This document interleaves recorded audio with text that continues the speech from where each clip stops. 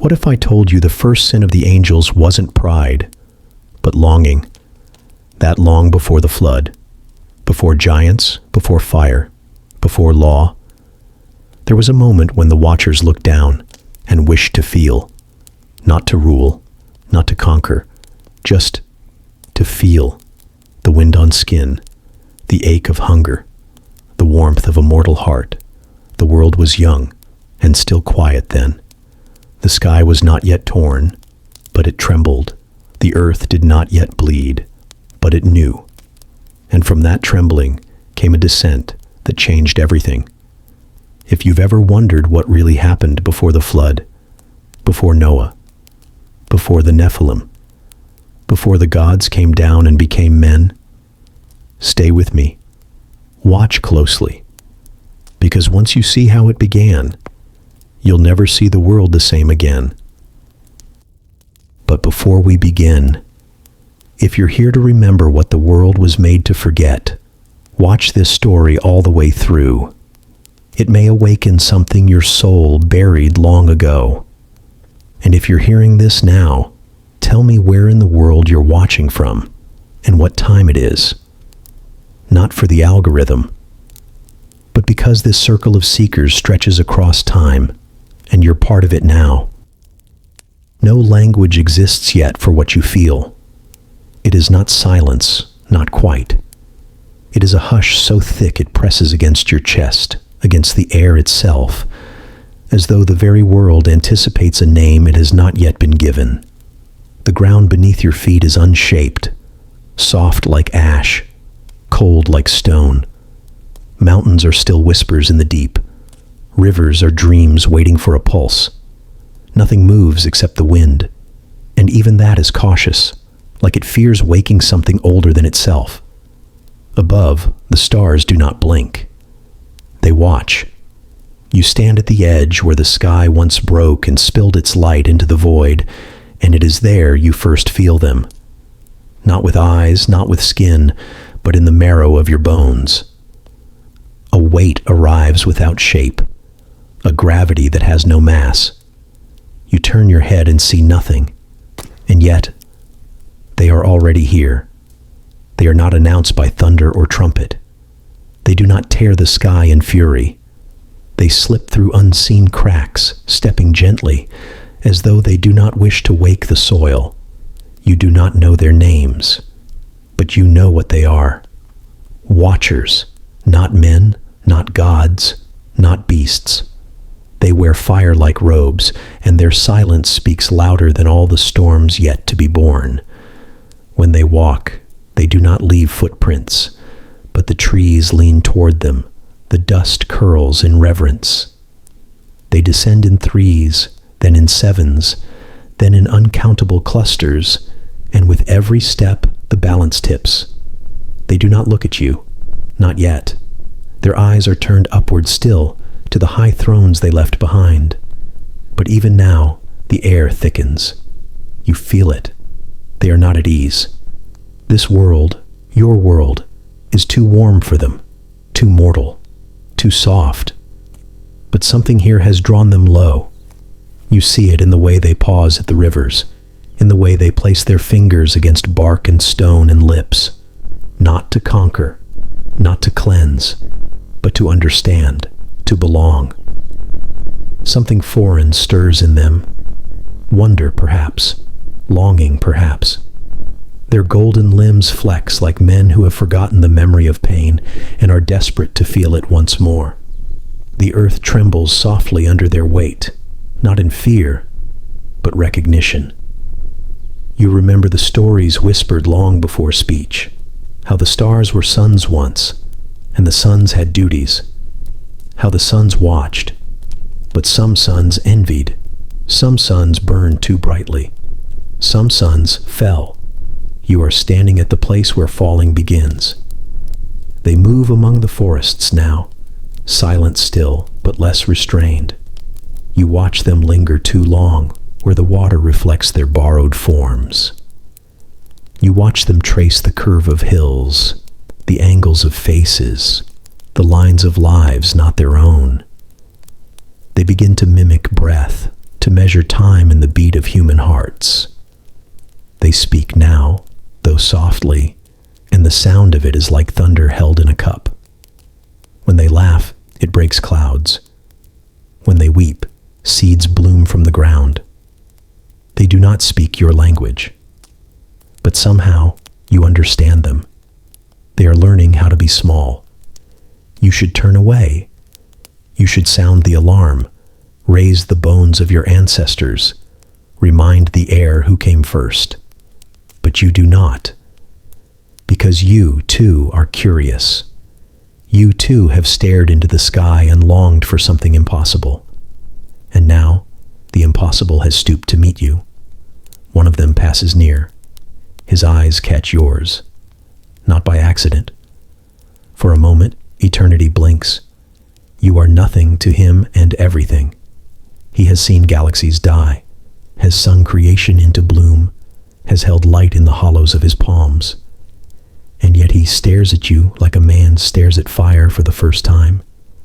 You look away. Too late. The air changes. The trees stop moving. The birds do not sing. A storm is coming. You feel it gathering, not above, but within. Something has been set in motion, a thread pulled from the great weave, the kind of thread that cannot be rewound without blood. The watchers do not leave. They begin to make homes among you, not of stone, but of affection, not of rule, but of presence. They speak less to the sky now. They gaze longer at the ones who bleed. They do not ask permission, but they do wait, as if some part of them still remembers reverence, still remembers shame, and still the stars do not blink. They only watch, like they too are holding their breath. You do not know it yet, but history has tilted. The quiet is no longer peace, it is pause. It is the hush before glass shatters, before fire touches parchment, before a voice too holy to speak cracks open the vaults of the deep. You stand at the edge of time before time, and now time begins to move. A light too ancient to belong to the sun spills downward as the firmament trembles, and something descends. It is not the kind of light that warms the skin. It is colder than starlight, yet brighter than any fire you have ever known. It does not cast shadows. It burns them away. It moves slowly, deliberately, like it remembers when movement was first invented and chooses now to repeat the gesture. The air warps around it, not with heat, but with gravity. Not the kind that pulls your feet downward, but the kind that bends the soul. You do not see its source, only its consequence. Stones lift from the ground in silence. Water stills midstream. The trees groan softly, as if pressed beneath an unseen weight. Birds fly in reverse, pulled back to their nests, unsure of time, unsure of flight. The sky flickers, and for a moment, everything breathes backward. Then the veil tears. It does not rip like fabric. It peels open like skin, thin and iridescent, revealing not darkness behind it, but brilliance, a radiance so complete it blinds thought before it blinds sight. Your ears ring with silence too loud to bear. You fall to your knees, not in worship, not in fear, but because your bones forget how to stand in the presence of what emerges. They descend like memory made flesh, not winged, not horned, not crowned, just shaped, radiant and precise. Their forms shift as they fall, some tall and sharp like spears of light, others wide and flowing like molten wind. None of them wear flesh, but you feel the weight of presence as if they drag gravity with them. Their descent is not hurried nor hesitant. It is practiced, familiar, as though they've done this before, long ago, when the world was young and foolish, and they were permitted to walk among you. You remember stories passed from the mouths of trembling elders, of days when the heavens bled glory, and angels sang without restraint, and and the stars bowed to higher lights. You never believed them. Until now. Because now you are not hearing a tale. Now you are inside one. The first of them touches the ground without touching it. The earth does not crack, it yields. Stone softens beneath him like breath on glass. Where he steps, grass wilts, not in death, but in awe. His face is not a face, yet you recognize it. It is the shape of authority, the curve of justice, the weight of memory. You try to meet his gaze, but your eyes blur with tears you didn't know you were holding. His attention turns, and the pressure lifts, but not entirely. Part of him stays pressed against your chest, a thumbprint of something that does not forget. Behind him, more follow, not in rows, not in rank, in rhythm. Some hum as they descend, voices threading between clouds like golden chords.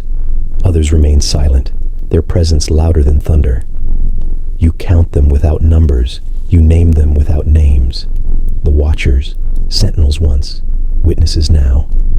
They do not speak to one another, yet the air crackles with communication, language without sound, thought without form.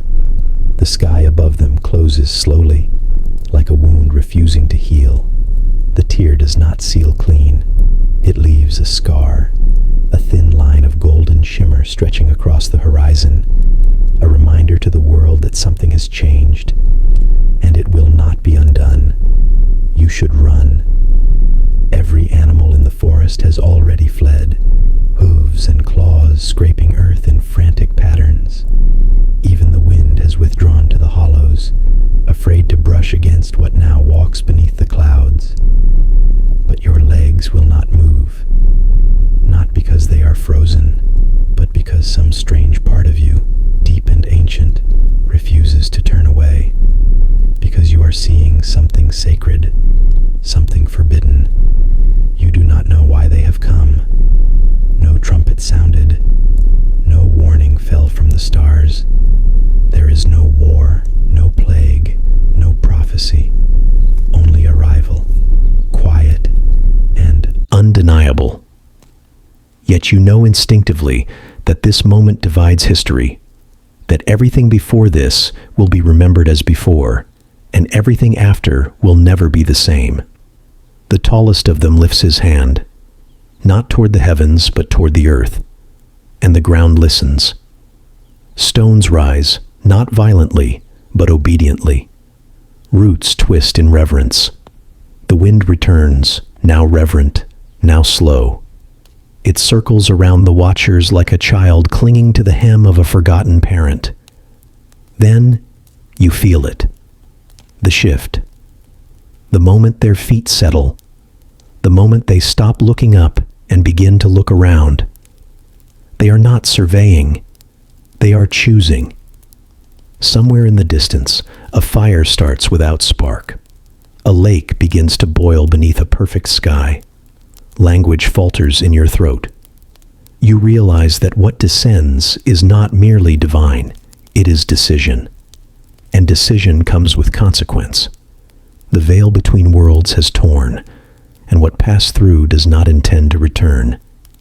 You see them arrive, radiant, wordless, cloaked in fire that does not consume, watching, longing. Their feet never break the soil, but the earth bends beneath them, not in pain, but in reverence. Flame trails behind their movements, not the kind that devours, but the kind that reveals. It dances in silence, flickering without heat, folding around their limbs like memory made visible. They do not speak, but their stillness is loud, louder than speech, louder than thunder, louder than all the voices of men who tried to name them but failed. They are not made of light, though they shine. Their forms bend perception, outlines shifting, not from illusion, but from truth too large to be held in one shape. When you try to fix your gaze, your vision slips sideways, as if your eyes know better than to stare too long. Still, you look, because you must. because some part of you has been waiting your whole life for this moment, even if you never knew it until now. They do not act, not yet. They only observe.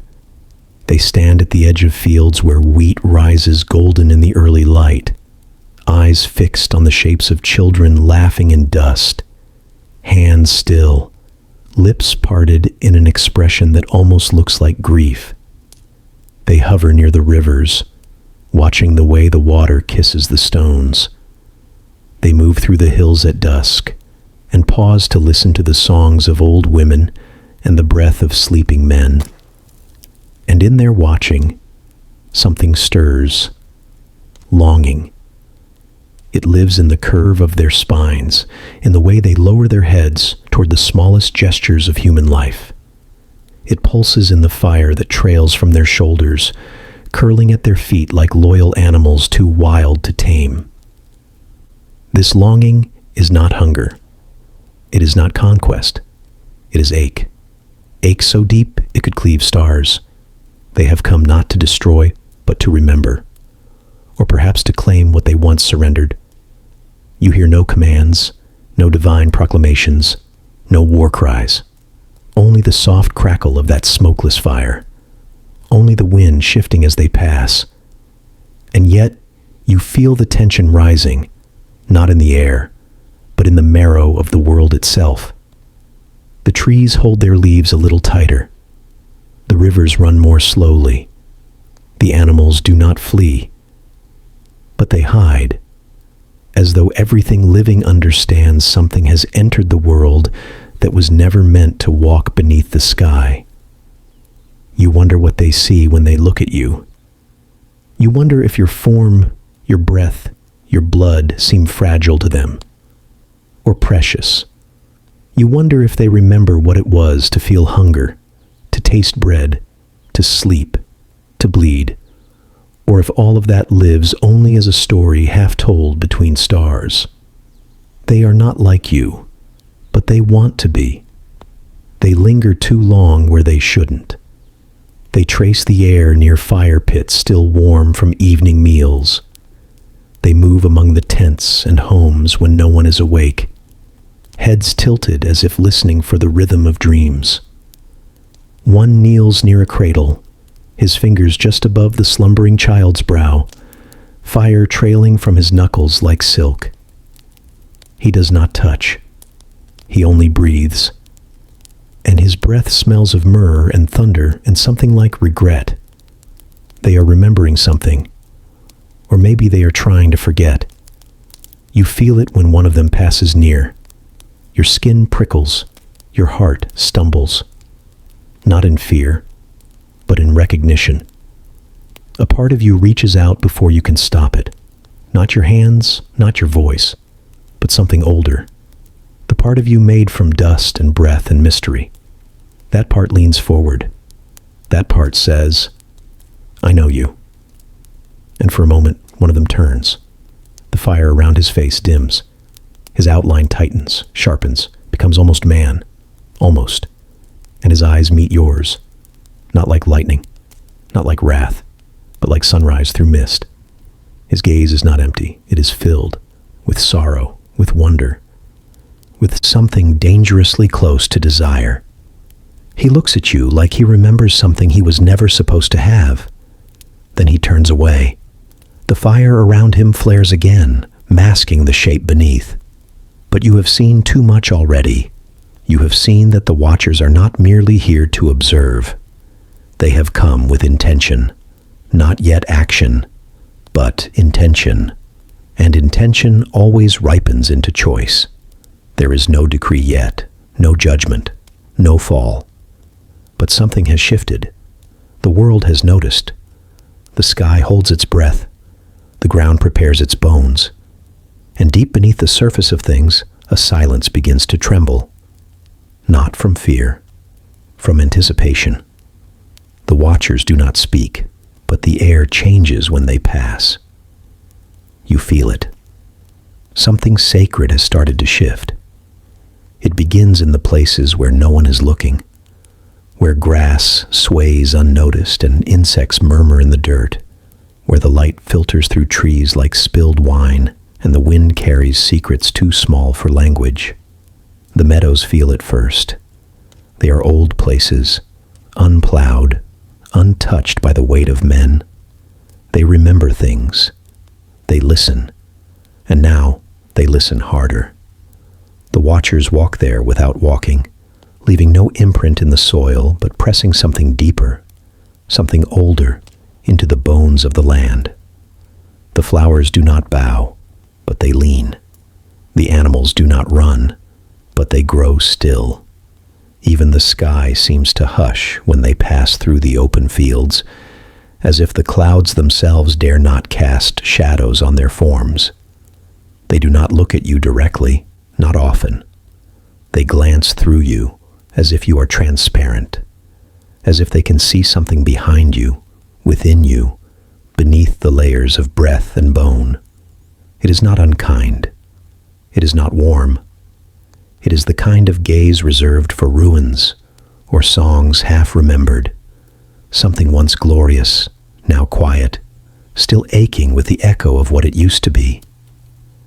You try not to follow them, but you do, not with steps, but with attention.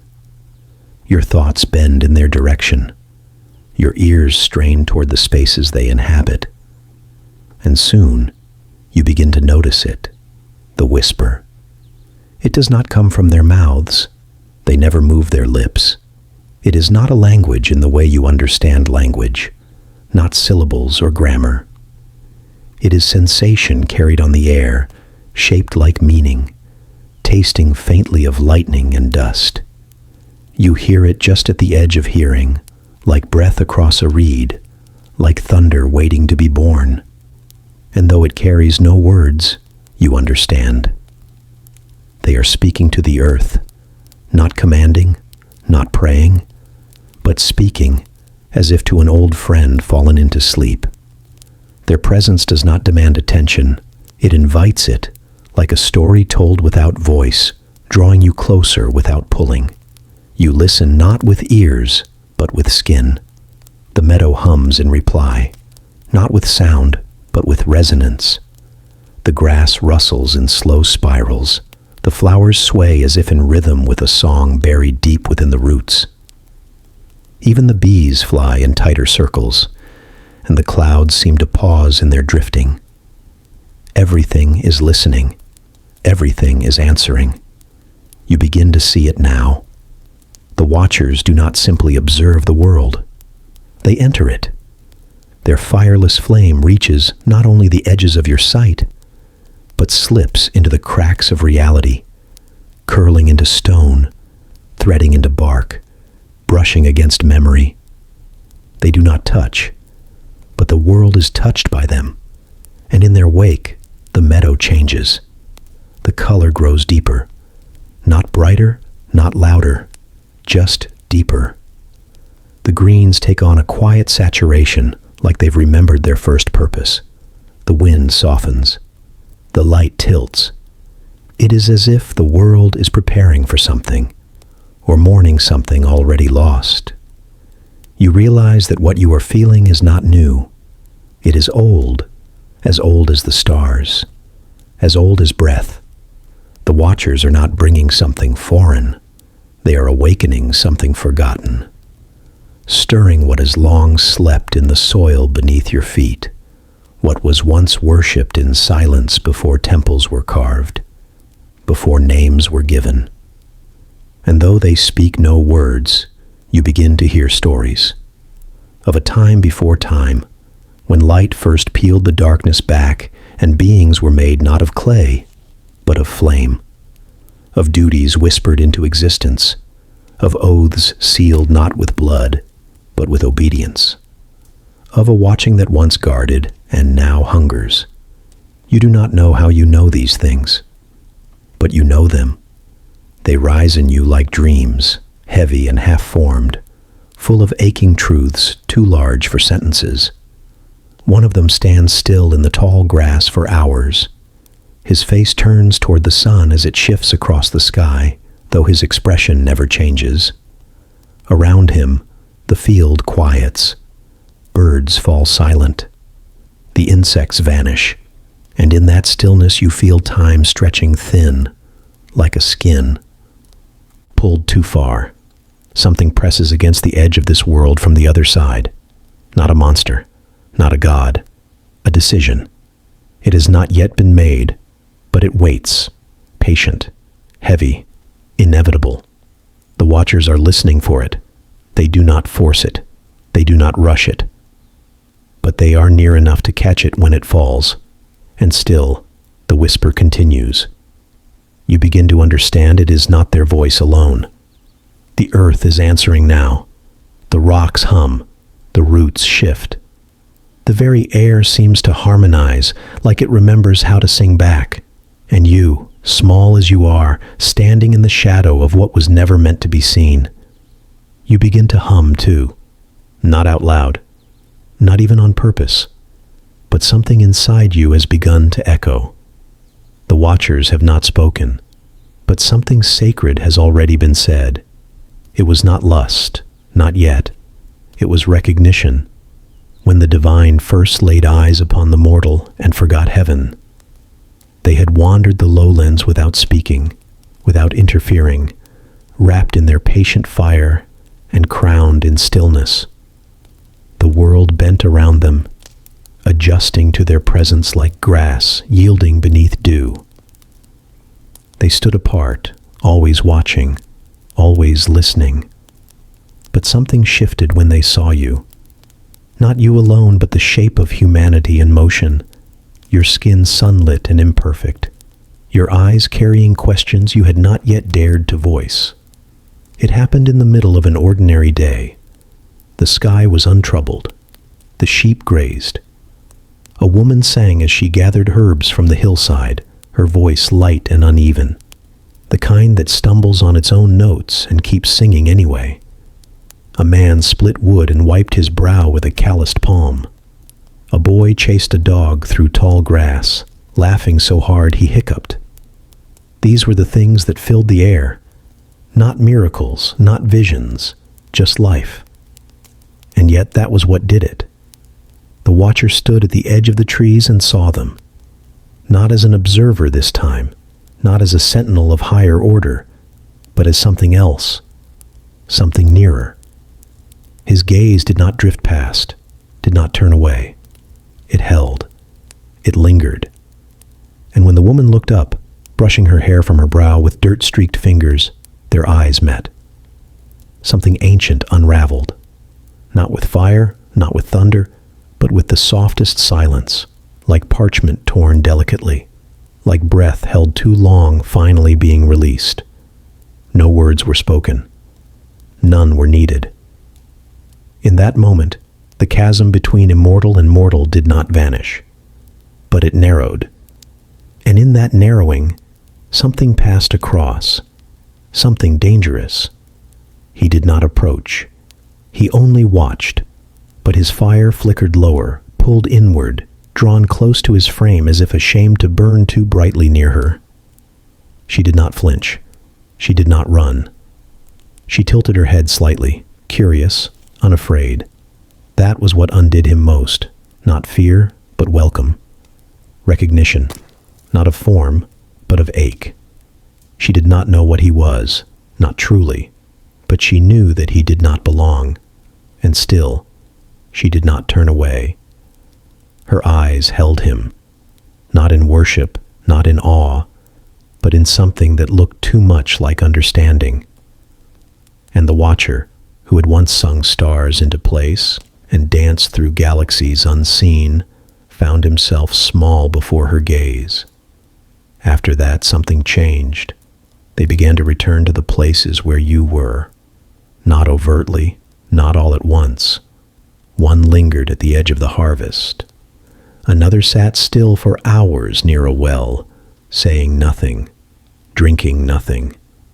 A third appeared at twilight beside a stone wall where a child whispered secrets to no one.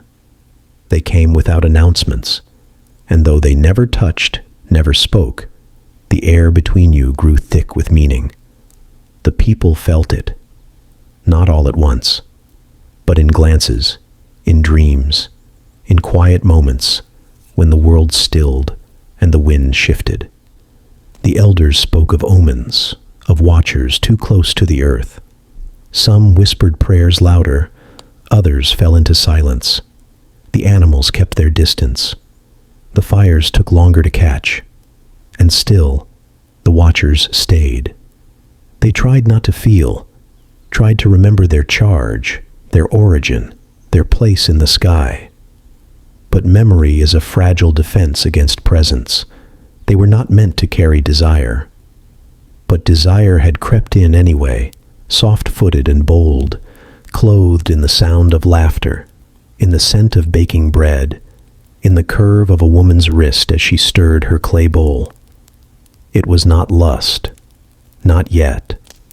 It was the tremble before the quake. It was the moment just before hunger gives itself a name. You could see it in the way they paused near doorways, how they turned their heads to catch the sound of footsteps. You could feel it in their silence, heavier now, as though every choice was being weighed inside their ribs. They no longer looked through you. They looked at you, fully, deeply, as though trying to memorize the shape of your face against the dusk. And in that gaze, something divine began to fall, not fast, not hard, but steadily. Heaven was still above them, but it had grown quieter. The song that once thrummed in their chest now hummed faint and low, and their fire dimmed just slightly when you walked by. Not out of shame, out of surrender. They did not know how to stop it, and some part of them no longer wanted to. They were sent to guard, but they stayed too long. The ground beneath them softened. Their vow began to slip. It was not immediate. The breaking never is. It came like wind-shaping stone, patient, invisible, relentless. They stood at the edges of your villages and fields, wrapped in fire and silence, their eyes always fixed outward toward the deep places of the world. At first, they did not move when called, did not flinch when sung to. They remembered their task, their oath carved in light and sealed in the breath of the highest. But time stretches differently when it is worn on mortal soil. The world is heavy when you walk in it. They began to feel it, little by little, the weight of proximity, the slow pull of gravity not on their bodies, but on their resolve, the rhythm of seasons, the pulse of life beneath their feet. What once was distant became familiar, and what was once familiar began to feel warm. Their silence deepened not from discipline, but from conflict. The longer they watched, the more they wondered. They told themselves they were still loyal. They had not interfered, had not touched, had not spoken. They had only lingered, observed. They had only stepped closer to understand. But understanding is a dangerous mercy. It opens the door that obedience was meant to keep shut. The more they learned of you, the harder it became to remember why they had come at all. Their fire cooled, not extinguished, but reshaped. Once it blazed with righteousness, with clarity so sharp it could cut shadow in half. Now it flickered in odd ways, softer around children, dimmer near laughter, flickering wildly near song. The flames that had once burned only with the breath of heaven now responded to other things, to touch, to beauty, to sorrow, to scent. It frightened some of them. It thrilled others. One began to dream. Dreaming had not been known to them before. Dreams belonged to you, mortal minds grasping at the edges of eternity, searching for what could not be held.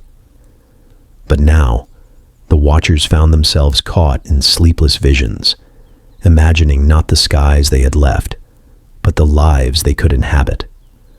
They saw themselves walking among you, not as flames, but as flesh. They saw hands without fire, eyes without glory, hearts with beat and break. And once imagined, it could not be unimagined. Their communion with the heights grew thin. The voice they once heard in every gust of wind now came only in whispers. The songs that once echoed in their chests now trembled, uneven, like a harp gone out of tune. They could still reach up, but they reached less often. The world below had begun to offer them something else. Not purpose, but presence. That was the fracture. It was not disobedience, not yet. It was attention. Attention turned downward instead of upward, and where attention goes, devotion follows. One of them knelt in a stream and let the water pass over his skin for hours. Another stood barefoot in a field of lavender, fingers brushing each bloom as though memorizing softness. Another sat beside a dying man and did nothing, only breathed with him until the last breath left, and the body was still. They were not performing miracles. They were learning how to ache. And heaven watched, not with anger, but with silence. Silence is not absence. It is decision. It is the pause before a blade falls or a mercy is withdrawn. The watchers felt it, felt the thinning of grace, the subtle shift in presence. Some tried to return to their postures of flame and discipline. They fasted from the nearness of your lives. They withdrew to the mountain ridges and lifted their faces to the stars, begging the old songs to return. But the old songs had changed, or perhaps they had changed, and in the changing, something sacred cracked. It was small at first, a single vow whispered in solitude, bent just slightly by longing, not broken, not shattered, only adjusted. A promise reshaped to make space for feeling. They told themselves it was still holy, still right, still enough. But the fire that clothed them knew better. It began to dim not out of punishment, but from truth. The fire does not lie. They were sent to guard, and they stayed too long. Now they did not guard. They watched. They waited. They wanted. Not all of them, but enough. And among them a new silence spread. Not divine, not righteous, just heavy. It was the silence of decision being formed in the dark, of boundaries loosening their grip, of purpose being rewritten not in the language of heaven, but in the language of want. And though they still bore the shape of the holy, something beneath their flame had begun to smolder. Not with wrath, with desire. They envy your breath. The shortness of your life burns brighter than their eternity. They do not speak of it, not to each other, not to the skies they no longer face. But you can feel it when they stand near you too long, when their silence grows too thick, too full of gravity. You can see it in the way their eyes linger on your hands, your mouths, your movements, those small, imperfect acts you perform without thinking, blinking against the sun, laughing with food in your teeth, crying into your sleeves. They study these things the way prophets study stars, looking for a pattern that might let them in. They once looked down at you with pity. You, whose bodies bleed and bones crack. You, who forget your own beginnings and carry your deaths inside you. They were guardians, unshaken, untouched by need. But time has done something to them. The nearness has worn down their edges. They see now what they could not from the heights, that your weakness is also your brilliance. You shine in the dark because you must. They see how each moment for you is full, how you hold your children as if it is the last time, because one day it will be. How you argue fiercely, kiss messily, run until your lungs give out. They see how you waste time and yet value it more than gold, how you love knowing it will end. They cannot understand it. but they feel the beauty of it tugging at the edges of their purpose, like a song they were never taught, but somehow remember, and it hurts them. They, who cannot die, feel for the first time what it means to wish they could, not out of despair, but to be closer to something real, something full of bruises and breath, something that bleeds and still chooses to sing. You wake up in the cold, body aching from labor, joints stiff from sleep, and you curse the day ahead. But they would give everything for that pain, for the chance to rise with sweat in their palms and dust on their heels, for the ache in the back from carrying too much, for the burning in the legs after a run that mattered to no one, for hunger, for thirst, for limits. They were not made to break, but you were, and you do, and still you rise. They have seen you fall in love with people who cannot love you back. They have watched you plant seeds you will never see bloom. They have stood at the edge of your graves and listened to your songs. And in all of that, they have felt something rise in them that feels like mourning, though they do not yet know for what. They whisper to themselves now, though no sound escapes. Not prayers, not rebellion, just questions. Quiet and dangerous. What would it feel like to breathe and know the breath would one day stop? What would it mean to touch and know the skin beneath your palm was fading, even as you held it? They long to live a moment that matters only because it ends. Immortality has dulled their vision. They remember glory, but not hunger. They remember radiance, but not ache. They remember eternity, but not urgency. Now, surrounded by you, they begin to see what they have lost in never dying. Not just suffering, but the sharpness that comes with it. The flame that burns fast because it cannot burn long. One of them watched a mother bury her child. He did not look away. The father stood still, face carved from stone, but the mother wept as if the world were ending. And maybe it was, in that small patch of ground, in that moment. The watcher stayed long after the others had gone, long after the sky had darkened and the wind had moved on. He stayed not out of duty, but because something inside him had shifted. He could not explain it, but he wished then not to mourn, but to belong to something that could. They begin to imitate you in small ways.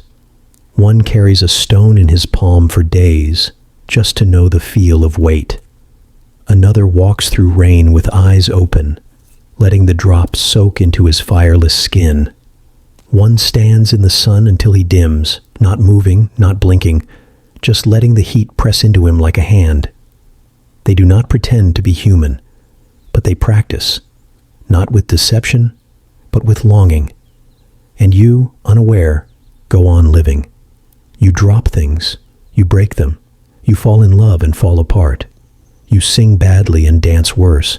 You whisper secrets to the sky, hoping someone hears. You mourn, you mend, you keep going. And all the while, they watch and ache, not for power, not for dominion, for mortality, for the one thing they were denied, the chance to be small and know it mattered. The sky remains still, but their hearts are no longer silent. One touch of the earth would unravel all. They stand between heaven and soil, wrapped in flame that no longer comforts them, bound by vows that feel thinner with each breath drawn near your world. They were once sure of their station, eyes ever turned upward, feet never pressed to clay. But the stillness within them has begun to crack. It is not rebellion, not yet. It is something quieter, more persistent, a hunger not named, but known all the same. They do not speak it aloud. There are no words for what pulls at them, but you can see it in their posture, in the way they linger too long beneath trees heavy with fruit, in the way their fingers twitch when wind brushes against skin they do not have. Their bodies do not age, but their silence does. What once was reverent has grown restless. They watch you too closely now. They memorize you without meaning to. How you laugh at nothing, how you shout without consequence, how your bodies curl into one another without fear of breaking. They take note of your rituals, your fire circles, your clumsy songs, your joy made loud and foolish. And it stirs something in them, something deeper than envy, sharper than curiosity, something older than the stars they once walked among. Desire, but not for flesh. Not yet. It is desire for descent, for closeness, for the terrible intimacy of touch. One of them drifts near the edge of a stream, not stepping in, not daring, but gazing at his reflection like it might answer something he doesn't know how to ask. The fire around his shoulders dims to an ember, unsure of itself. He places his hand above the surface, just high enough for the water to shimmer in response. The ripples reach toward him, as if the earth itself can feel the pull, as if it remembers the shape of angels once before. Another lingers near a tent where music plays. The notes are imperfect, warbled, filled with mistakes and joy. He tilts his head, fire flickering unevenly down his spine, and you can almost see it. The war within him, the line drawn and redrawn. He was not made for rhythm, but now his whole frame moves with it, subtle and slow, as though even sound has become temptation. They feel it everywhere, in the warmth of food shared from hand to mouth, in the smell of sweat after labor, in the way you reach for each other without needing permission, without asking the stars if it is allowed. They were forged in law, in light, in purpose. But now that purpose wavers beneath the weight of want, not just for your bodies, but for your ways, your softness, your ache, your impermanence, they are beginning to imagine what it might mean to fall, not from grace, but into something, into dirt, into blood, into life so raw and fleeting that even the pain of it feels worth the loss of glory. And yet, they wait, because to move, truly move, would be to declare, and they are not ready for the thunder that would follow. Still, the choice inches closer each day, like roots beneath a stone, quiet but sure. The skies above remain unchanged, but the space between sky and ground has begun to shimmer, like heat rising off stone. The heavens know. They always know. But they say nothing. They let the silence do what words cannot. Some watchers begin to speak in ways they never did before, not with language, but with presence. They sit beside you when you mourn. They stand in the shadows of your joy. You begin to dream of them, though you do not know their names. You feel them before sleep, before death, before birth. They are near in every moment too holy for speech, and they feel your breath like wind on their skinless forms. The line is so thin now. One touch, one step, one moment too long within reach, and it will all unravel. The fire will fall from their shoulders. The glory will dim. The oaths will fracture, and the world will change in ways it cannot undo. The stars will mourn it. The rivers will remember it. The soil will carry it in secret, and yet they lean, not recklessly, not defiantly, but like trees bending toward warmth after centuries of winter. They lean because the hunger is no longer hidden. It has taken shape, not monstrous, not vile, only human. They do not announce their fall. It begins with a glance, a step, a thought they do not cast away. No trumpet sounds, no voice calls from the sky. The stars do not flicker in alarm. The earth does not tremble. The heavens do not split to warn what is unfolding below. It happens in stillness. It happens quietly, like a seed cracking open beneath the soil. Silent, unseen, inevitable. He stands at the edge of a field, eyes fixed not on the horizon, but on her. She does not know she is being watched. She does not know the universe is holding its breath. She laughs, throws grain to birds, wipes her hands on the hem of her tunic. She is not beautiful by the standards of kings, but there is something in the way she moves that arrests him. It is not desire. Not yet. It is recognition again, but deeper now. Not the shock of similarity, but the pull of belonging.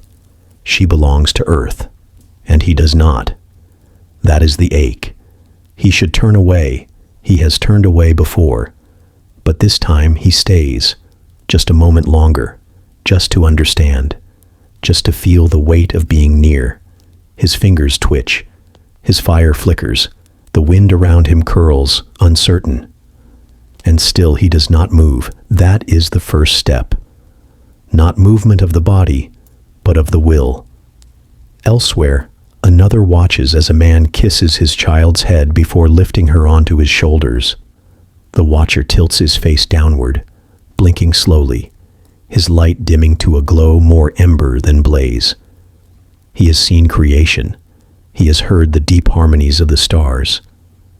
But this small tenderness, undoes him more than any wonder. He reaches out, only slightly, just to feel the air that holds such moments. Then he pulls back, ashamed, as though the breeze itself had seen him transgress. The covenant does not shatter in a moment. It erodes, with silence, with softness, with questions left unanswered. They remember the vows carved into them at the beginning, the charge spoken into being with breath older than time. But those words now lie beneath layers of longing. They still burn, but the fire is muffled by the weight of wondering. What would it feel like to be held, to be named not by function, but by love, to be known, not revered? They start to dream again, not visions sent from above, but dreams of walking among you, of pressing their feet into soil, not floating above it, of whispering a name and hearing it returned not in worship, but in affection. They imagine days with no fire, nights with no command, just the ache of breath, the gravity of need, the warmth of being chosen not for power, but for presence. One kneels beneath a tree, not to pray, but to think. He places his hands in the dirt and lets it cling to him. The fire that once danced from his shoulders is gone, quieted not by punishment, but by permission. The earth does not resist him. It welcomes. It remembers. It always does. He speaks her name, not aloud, not in sound, but in soul. And the earth answers. Somewhere high above the veil grows thin, but no one says a word. They do not speak of the shift among themselves. They avoid each other's gaze, not out of guilt, but out of fear that speaking it will make it real. That acknowledgement will become agreement. That desire spoken aloud becomes a vow of its own. Still, the steps continue. One touches a woven garment, just for a moment, to know the labor behind it. Another lets a child run through him, laughing as if he were only light. Another lies on the edge of a river watching the stars, wondering if the ones above have already cast him out. They do not mean to fall, but the fall is not always a plunge. Sometimes it is a leaning, a giving in, a soft surrender. By the time they move their first full step into your world, into your touch, into your gaze, the covenant is already broken. Not in violence, not in fury, but in desire wrapped in silence. In the quiet agreement between longing and opportunity, he reaches for her hand. She does not flinch. She sees only a stranger with eyes like stormlight and sadness. She does not know the cost of what she accepts. She only knows warmth, attention, the weight of being seen. And when their fingers meet, nothing explodes. The sky remains still. The stars hold their breath. The heavens close their eyes. And the world begins to change, quietly, permanently, like a promise spoken in the dark, like a vow forgotten and rewritten beneath the skin, like grace turned toward gravity and deciding not to turn back. They descend not as guardians, but as lovers. They take your daughters, and the stars blink as if ashamed. It happens without declaration, without ceremony. No great trumpet calls them down. No whirlwind announces their intent. One day, they are watchers, aloof, hovering above the fields like mist that never touches the ground. And then they are something else entirely. Feet planted in soil, hands reaching not in warning, but in want. Their fire dims to a glow that clings to them like breath on glass, no longer a weapon, no longer a shield. It wraps around them as they step into the tents and homes and circles of your lives, not to observe, not to guide, to be close. They come softly, without demand, their voices like warm wind, their forms shaped in ways that blur the line between. Wonder and desire. You do not run. How could you? You who have always looked to the heavens for meaning. You who have sung songs to the stars and named your children after constellations. Now those stars answer, not with light, but with touch, with mouths that whisper names they were never meant to know, and still you welcome them. They do not take with force. That would be easier to condemn.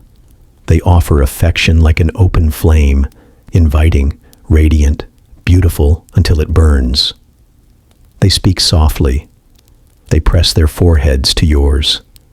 They marvel at your warmth, your breath, your need. And in return, you marvel at their sorrow, their stillness, their mystery.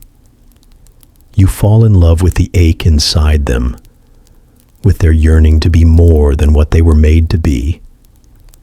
Your daughters do not understand the cost. They see only the beauty, the gentleness.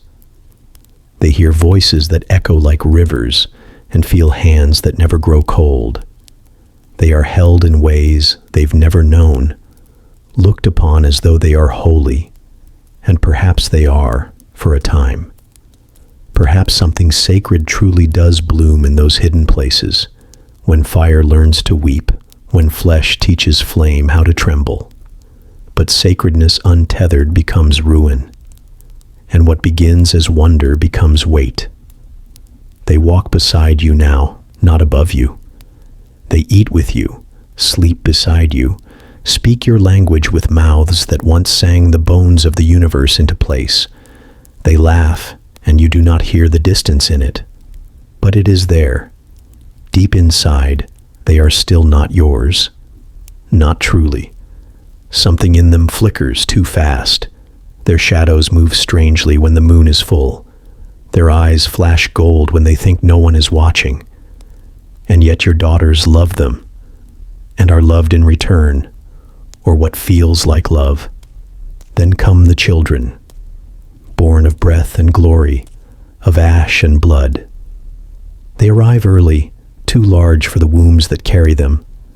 They cry with voices that shake walls. Their fingers close around stone and crush it to dust. They do not sleep easily. They do not hunger as other children do. Their eyes do not reflect the sky but absorb it. They are beautiful, terrible, heavy. You name them. You clothe them. You try to raise them. But they grow too fast, and the world around them begins to bend. The ground trembles beneath their feet. Animals flee their presence. The air thickens when they are near. And still, the watchers remain. They do not stop what they've begun. Perhaps they cannot. Perhaps they choose not to. They hold their wives at night and press their lips to swollen bellies. They sing lullabies in voices older than time. They do not see what the heavens see. The imbalance, the corruption, the change. The stars begin to flicker as if unsure they should bear witness. The sun hesitates on the horizon, lingering too long, as if reluctant to rise on what's being made below. The wind carries no songs now, only warnings, only rumors.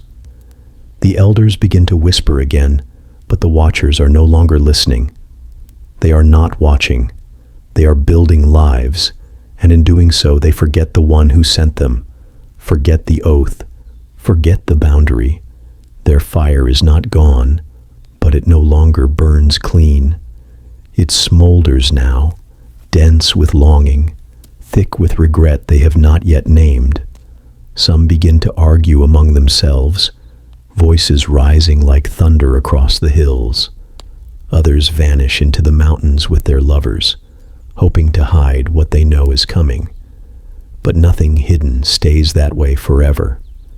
The sky holds its breath, the earth tightens its grip, and somewhere beyond the veil, judgment stirs, because what was once holy has entered the flesh, and fire, once taken, does not give itself back. The children are too large, too knowing. They walk early, speak deeply, hunger endlessly. Their mothers carry them in silence, backs bent, eyes clouded by sleep that never comes easily. The pregnancies are not like others. Too swift, too heavy.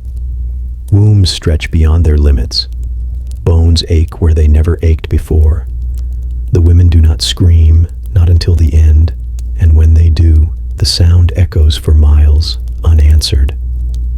These births are not moments of joy. They are reckonings. The midwives whisper to each other when the children arrive. They do not speak the old blessings. Their hands tremble when they cut the cords. Blood pools darker, thicker than it should, and the air hums strangely around the infants. The fire that once clung to their fathers has not vanished. It has only changed shape. It lives now behind eyes too sharp, in skin too firm, in breath too hot. The newborns do not cry, they stare. Their gaze is deep and measuring, like they've seen everything already and are only waiting for the rest of the world to catch up. They move too quickly, not with grace, but with strength. At 1 moon old, they rise to their feet. At 2, they run. At 3, they speak. Words too clear, too measured. Their voices rumble low, echoing in ways no child should. And they grow, not slowly, not gently. They stretch like trees touched by lightning, limbs thickening with unnatural speed. Their bodies outpace their childhoods. Their minds do not. They do not giggle or cling or shy away from strangers. They do not fear the dark. They are not comforted by song. They do not weep when hurt. They watch everything. They ask questions too heavy for the mouths of the young. Why does the sky bend? Why does the flesh weaken? Why does death chase even the strong? Their fathers are proud. They call them blessed, gifted. They walk behind them like shadows, standing tall as the children pass. They smile when the boys lift boulders, when the girls outrun wolves. They teach them not tenderness, but dominion. Power is shaped like an inheritance. Obedience is traded for awe. And though some mothers still clutch their children close at night, even they begin to believe that something divine walks beneath their roof. But others know better. They watch the animals avoid them. They watch the plants curl away from their hands. They listen as the children speak to the wind, and it answers. They see how storms gather too quickly when these children cry, how fires burn longer when they are near. The children laugh without warmth. They touch things they should not know, and when they look at you, it feels like a verdict is being rendered. The hunger comes next. It begins with food. Too much food, devoured in silence, in gulps. Livestock disappears. Fields are stripped bare. The children do not ask, they take. Then they begin to demand stories. Not bedtime tales, but truths. They ask about war, about gods, about blood. They want to know who made the rules and what must be done to break them. Some begin to speak in tongues no one taught them. They draw symbols into the dust with fingers that burn faintly at the tips. They whisper to each other in dark corners, voices low and firm, planning things that sound too much like conquest. They are children in name only. They play, but their games are brutal. One boy crushes a goat with his bare hands. A girl twists a tree limb into a bow and kills 3 deer in one shot. They smile at the wrong times, when things bleed, when things break, when others weep. Their joy tastes like cruelty. Their presence distorts the shape of peace. Villages whisper. Some say they are gods. Some say they are demons. Some say they are what happens when heaven forgets its place. The old ones remember stories buried deep in the soil, tales told only in shadows, of beings who came before the floodwaters, who burned too brightly and fell too hard. Those stories feel closer now. The children gather at night beneath the stars, standing in rows without instruction. They do not speak. They do not need to. The earth hums around them. The sky pulls tight above them. They are waiting. For what? No one dares to ask. And still they grow. Taller than men, stronger than horses. Eyes like shattered gold. Voices like thunder through stone. Their fathers watch with pride. Their mothers begin to weep in secret. The world has shifted, and it will not shift back. Born between sky and soil, they carry both in their bones. But they are not children. Not anymore. Not really. Not ever. Crops wilt. Animals flee. The rivers no longer sing. The land begins to reject its own inheritance. It starts in ways too small for kings to notice. Roots drying before the stalks. Bees vanishing from the orchards. Wind blowing warmer through the trees. At first, the people blame the weather, the drought, the sky. They speak of unlucky seasons and forgotten rituals. Offerings are brought to the old stones. Priests lift their hands higher. Fires are lit longer. But nothing answers. Nothing shifts. The soil grows quiet. Where grain once rose tall and golden, now only brittle stalks stand, thin as bones. The harvest bends under the weight of rot. Fingers press into the dirt and come away dry. Wells echo. Cattle fall stillborn, their mothers lowing into a sky that does not echo back. The ground does not crack, but it tightens. It pulls itself inward, clutching its strength to its chest, like a mother turning away from a child she can no longer feed. The people begin to worry, but not enough. They do not see the root of it. Not yet. They look outward, not upward. Or downward, where the true fracture spreads. The children of the Watchers walk through the villages, larger now, louder. Their footsteps shake dust from the rooftops. When they speak, birds scatter. The wind follows them wrong, swirling inward instead of past. Trees lean away. Grass withers beneath their bare feet. They do not feel it, or if they do not care. They ask for more food, more space, more silence, and they are given it. Because who could refuse them? They lift oxen as toys, split trees with their fists. They laugh at locked doors. They tear meat from bone with teeth too sharp, and still they hunger, not just for sustenance, but for dominion. They walk through the temples and ask what name the gods wore before they arrived. The land watches, and it begins to tremble, not in anger, not in fear, in grief, because it remembers what was, the harmony, the balance, the quiet pattern of life and decay and life again. Now that rhythm is broken, the pulse is wrong. Something has entered the earth that was never meant to root here, and it spreads like shadow under glass. The sky turns heavy. Clouds linger but bring no rain. Lightning strikes without storm. The moon looks down and sees too much. In the fields, fruit rots on the vine before ripening. In the forests, birds fall dead from branches. Wolves abandon their dens. Foxes run without rest. Even the insects vanish. Where once there was noise, a strange stillness takes hold, as if the world itself is holding its breath. Those who still listen to the earth hear it first. The old ones, the ones who still kneel to touch the ground before planting. The ones who remember the names of rivers long since renamed.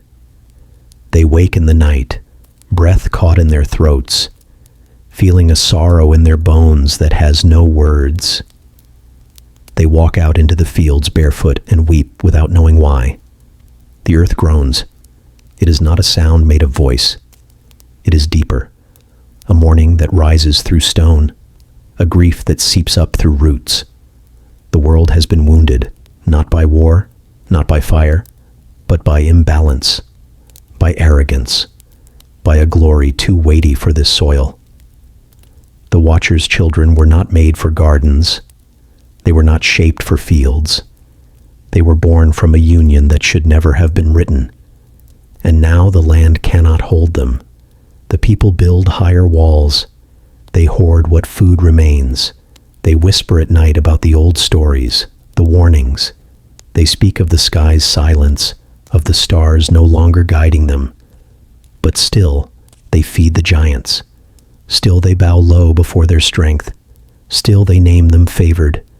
And the earth shudders. It knows what must come.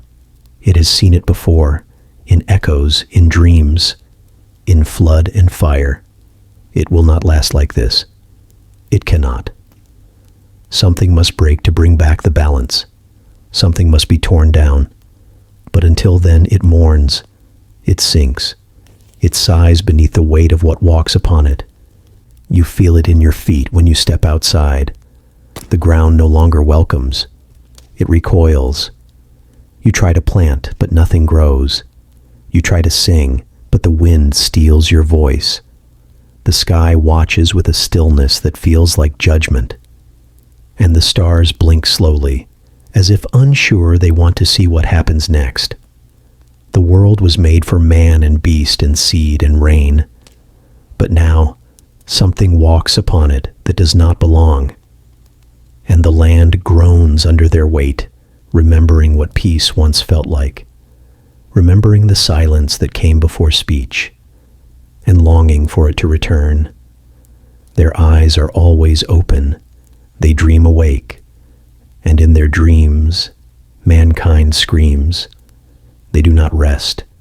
They do not fold into the night like you do, curled against each other in soft beds, trusting the darkness to pass. The giants pace. They sit with backs against stone and stare through the hours. They speak in low voices that do not fade, whispering secrets too heavy for human minds. They do not close their eyes, because sleep never comes, not as it should. Their minds are too loud, their bodies too full. Their blood burns with something too vast to quiet. You hear them at night. They murmur in languages no one taught them, words scraped from stars, phrases etched in the bones of the mountains. They speak of kingdoms yet to rise, of flames yet to fall, of fathers who no longer guide them. Their voices echo off the hillsides, carried on wind that wilts leaves and curls smoke backward into the fire. When they laugh, the sound is hollow. When they grow silent, the world holds its breath. You try not to listen, but it's impossible not to, because when they speak, something in you recoils, not from fear, but from recognition. You hear your own undoing in their sentences.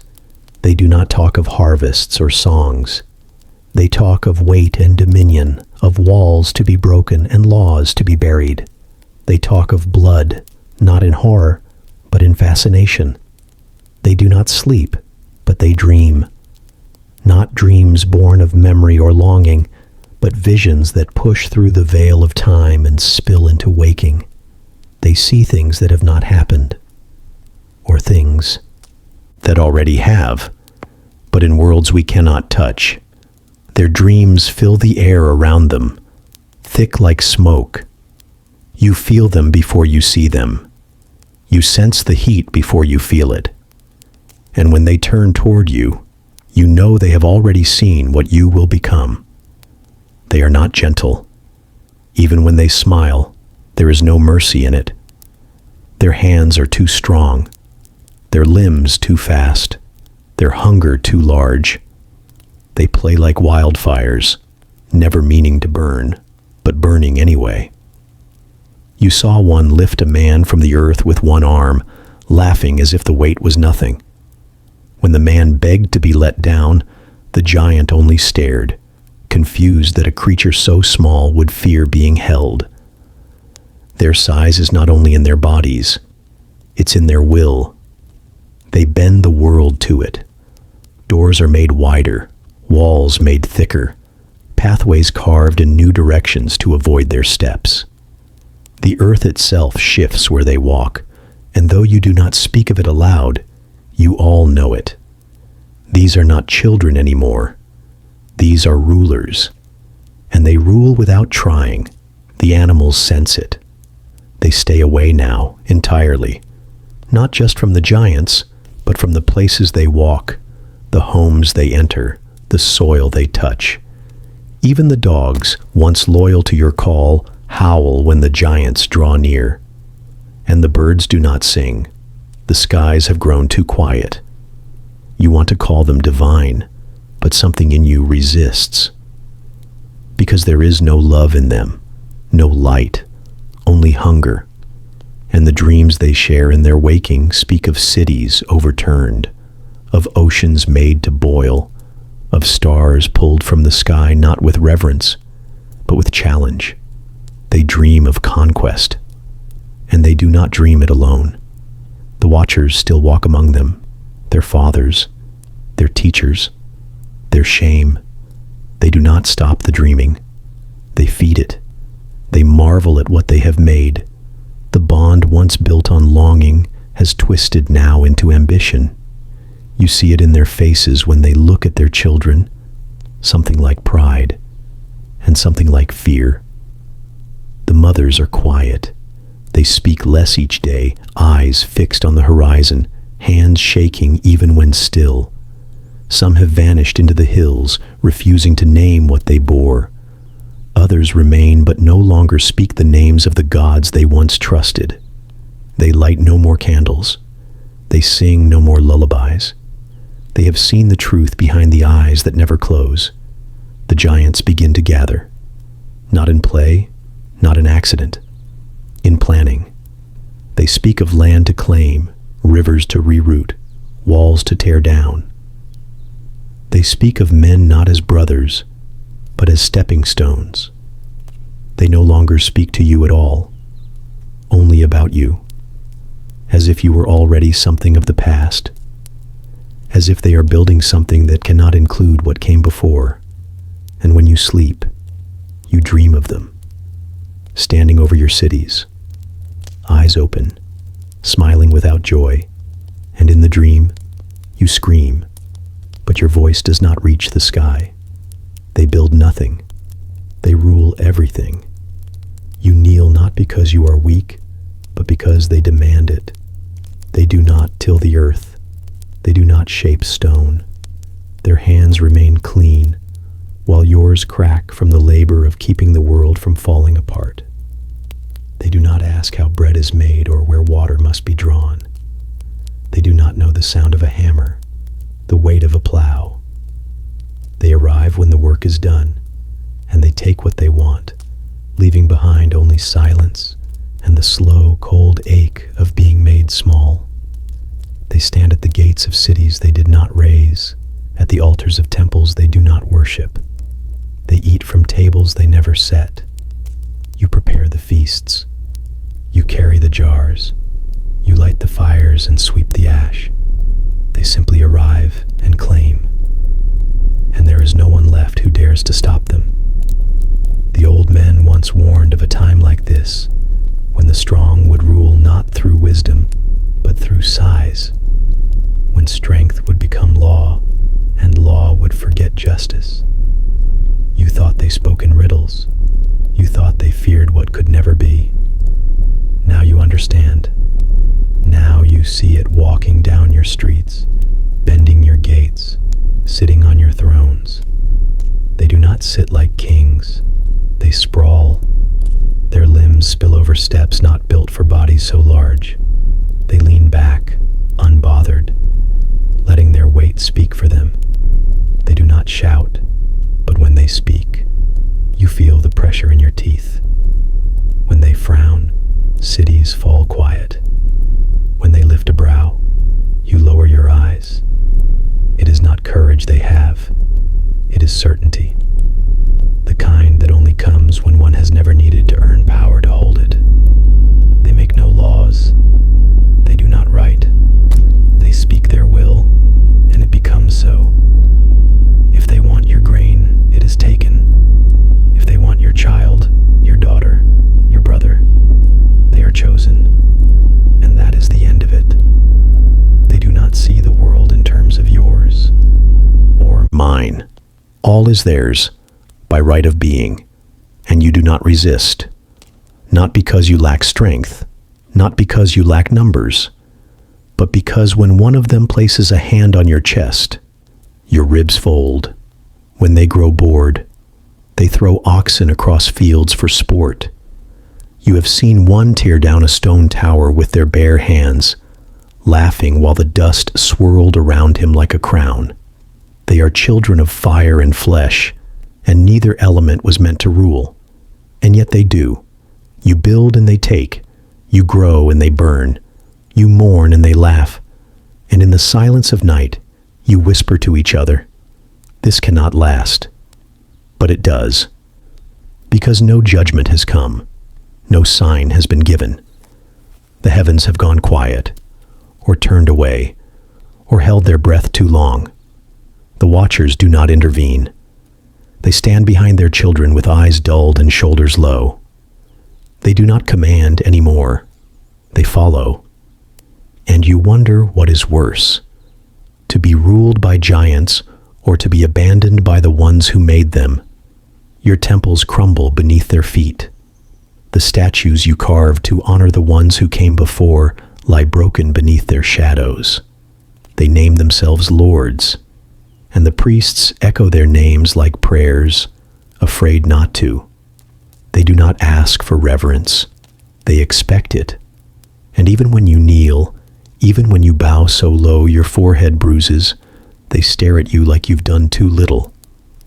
You see one snap the neck of a man who brought him wine too warm.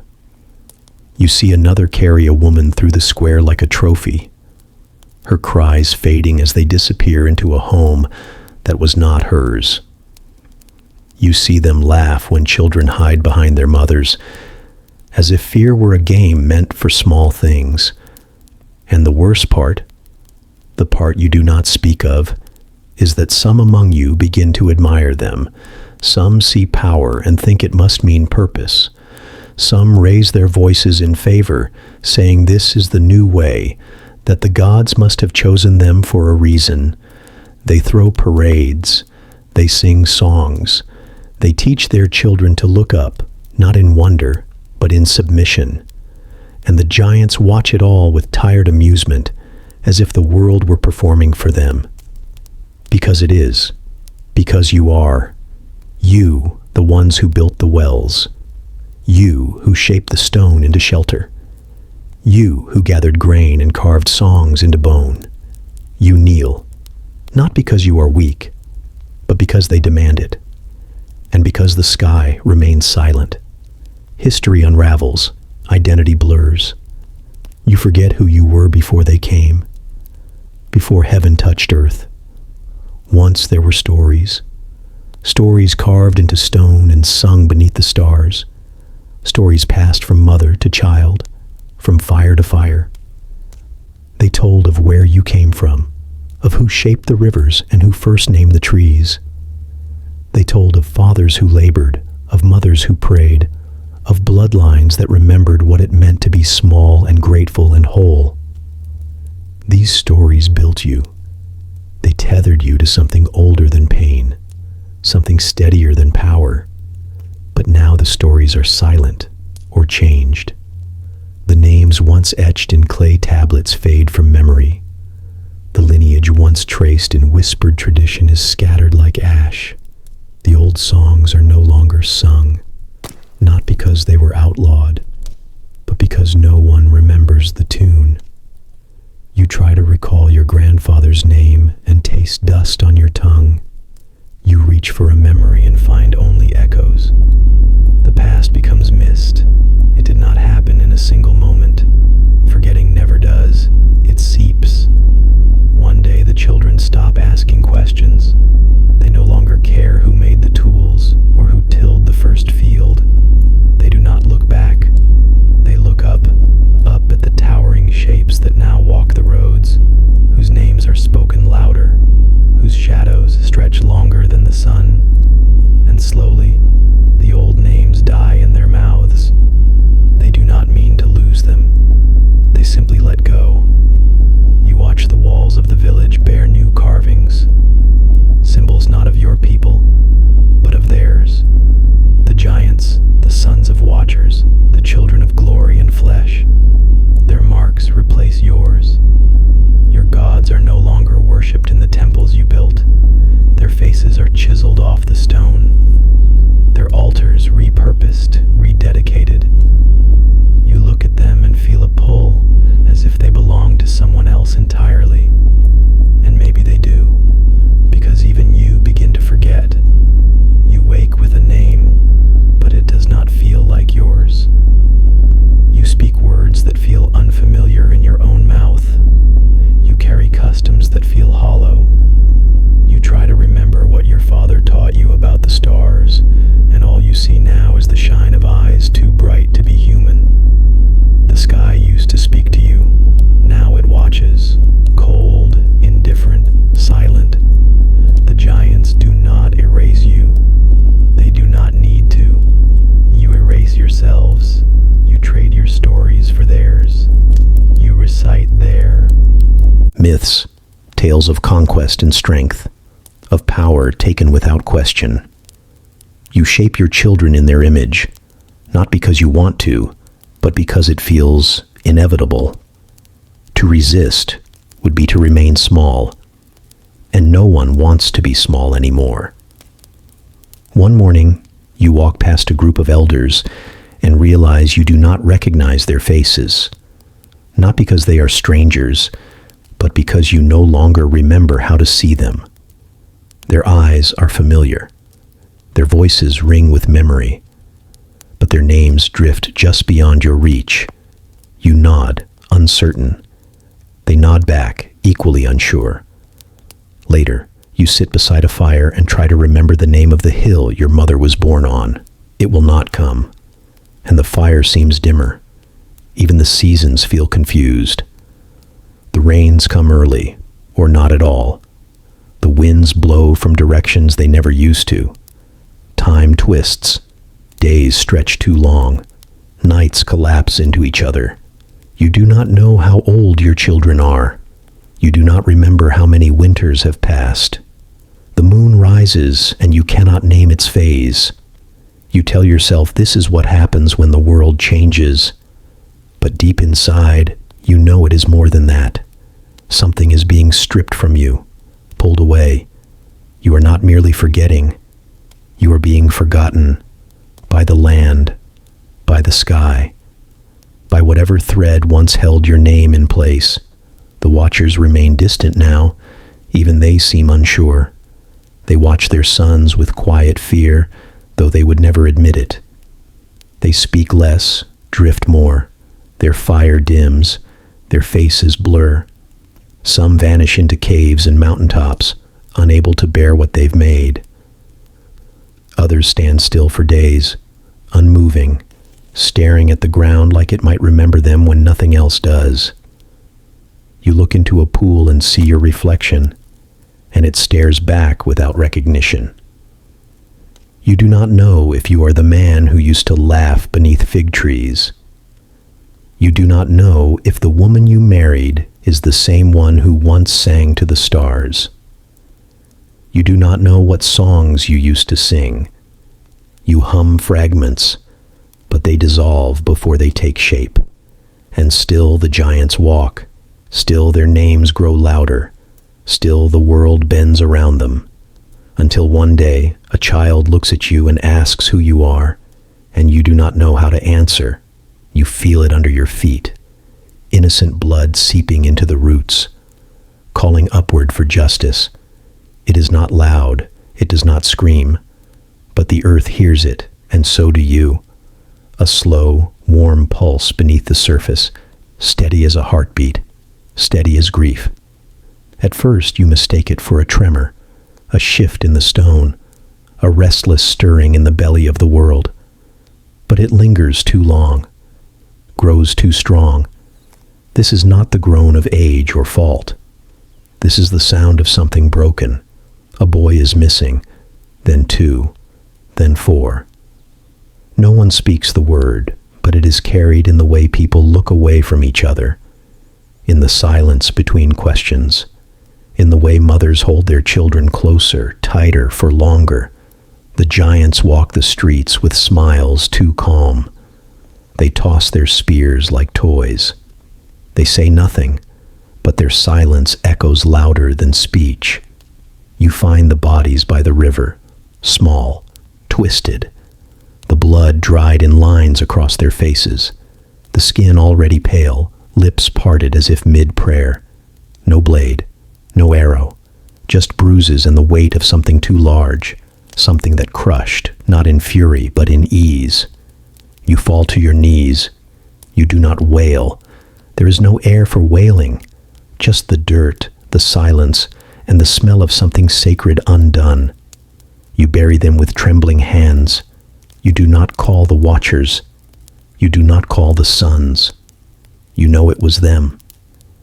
The strength they wear like clothing. The hunger they no longer bother to hide. This is not an accident. This is not a lesson. This is appetite, and the ground knows it. You feel it in the way the soil clings to your fingers. It does not want to let go. The earth does not want to bury what it was never meant to receive. It closes around the small bodies slowly, reluctantly, as if mourning with you, as if remembering how it once gave life, not swallowed it. The elders gather at night, candles flicker, no one raises their voice. The names of the dead are whispered, their ages, their last words, their favorite foods. One man pounds his fist on the table and demands justice. Another tells him justice left when the sky fell silent. No one disagrees, but no one speaks of vengeance either. What can you do against hands that crack stone, against voices that shake trees? You are not made for war, but the ground is shifting beneath you. You walk the fields and feel it. The soil is hot, damp, too alive. The roots of the trees move when you're not looking. The vines stretch in directions they never did before. Animals circle the villages without entering. The birds do not sing in the morning. They only pass overhead, fast and silent, as if fleeing something that has not yet arrived. The blood did not disappear. It's soaked in, and now the world remembers it. Children speak of dreams where the earth weeps, where rivers run red and mountains groan. One girl wakes screaming, her hands covered in mud though she never left her bed. A boy refuses to walk barefoot anymore. He says the ground is whispering too loud. You do not tell him he is wrong. You feel it too. The watchers say nothing. They remain in their high places, eyes turned downward, but not to look, only to watch, only to measure. They offer no comfort, no correction. They were once light. Now they cast only shadow. And in that shadow, their sons move freely, taking what they want, pressing their weight into the bones of the world. One of them kills a man in the market, not with rage, not even with intent. The man was too slow, too loud, too human. The giant struck him once, and the sound of his skull breaking echoed off every wall. No apology, no fear. Just a shrug, a laugh, and the slow, casual turning away. You wanted to scream, you wanted to fight, but your voice stayed in your throat like a stone. Instead, you walked away and listened to the ground. It pulsed beneath your feet, faint, steady, rising. It is not rage, not yet. It is sorrow turned heavy. It is grief growing teeth. It is justice with nowhere else to go but down, and then up. One night, the earth splits just outside the village, not wide, not deep, just enough to remind you that it can. The trees bend toward it. The grass dies in a ring around it. The animals refuse to pass near it. And from the crack, there is a sound, not of wind, not of water. A heartbeat. The blood is moving. And the ground remembers. It waits. The stars grow dim. The moon turns away. A wind begins to rise, carrying the scent of something final. You feel it first in your breath. The air that once filled your lungs with warmth now tastes of ash and salt. It carries no storm, no rain, no dust. Only the stillness that comes before the breaking. Trees sway though no wind touches them. Lamps flicker without flame.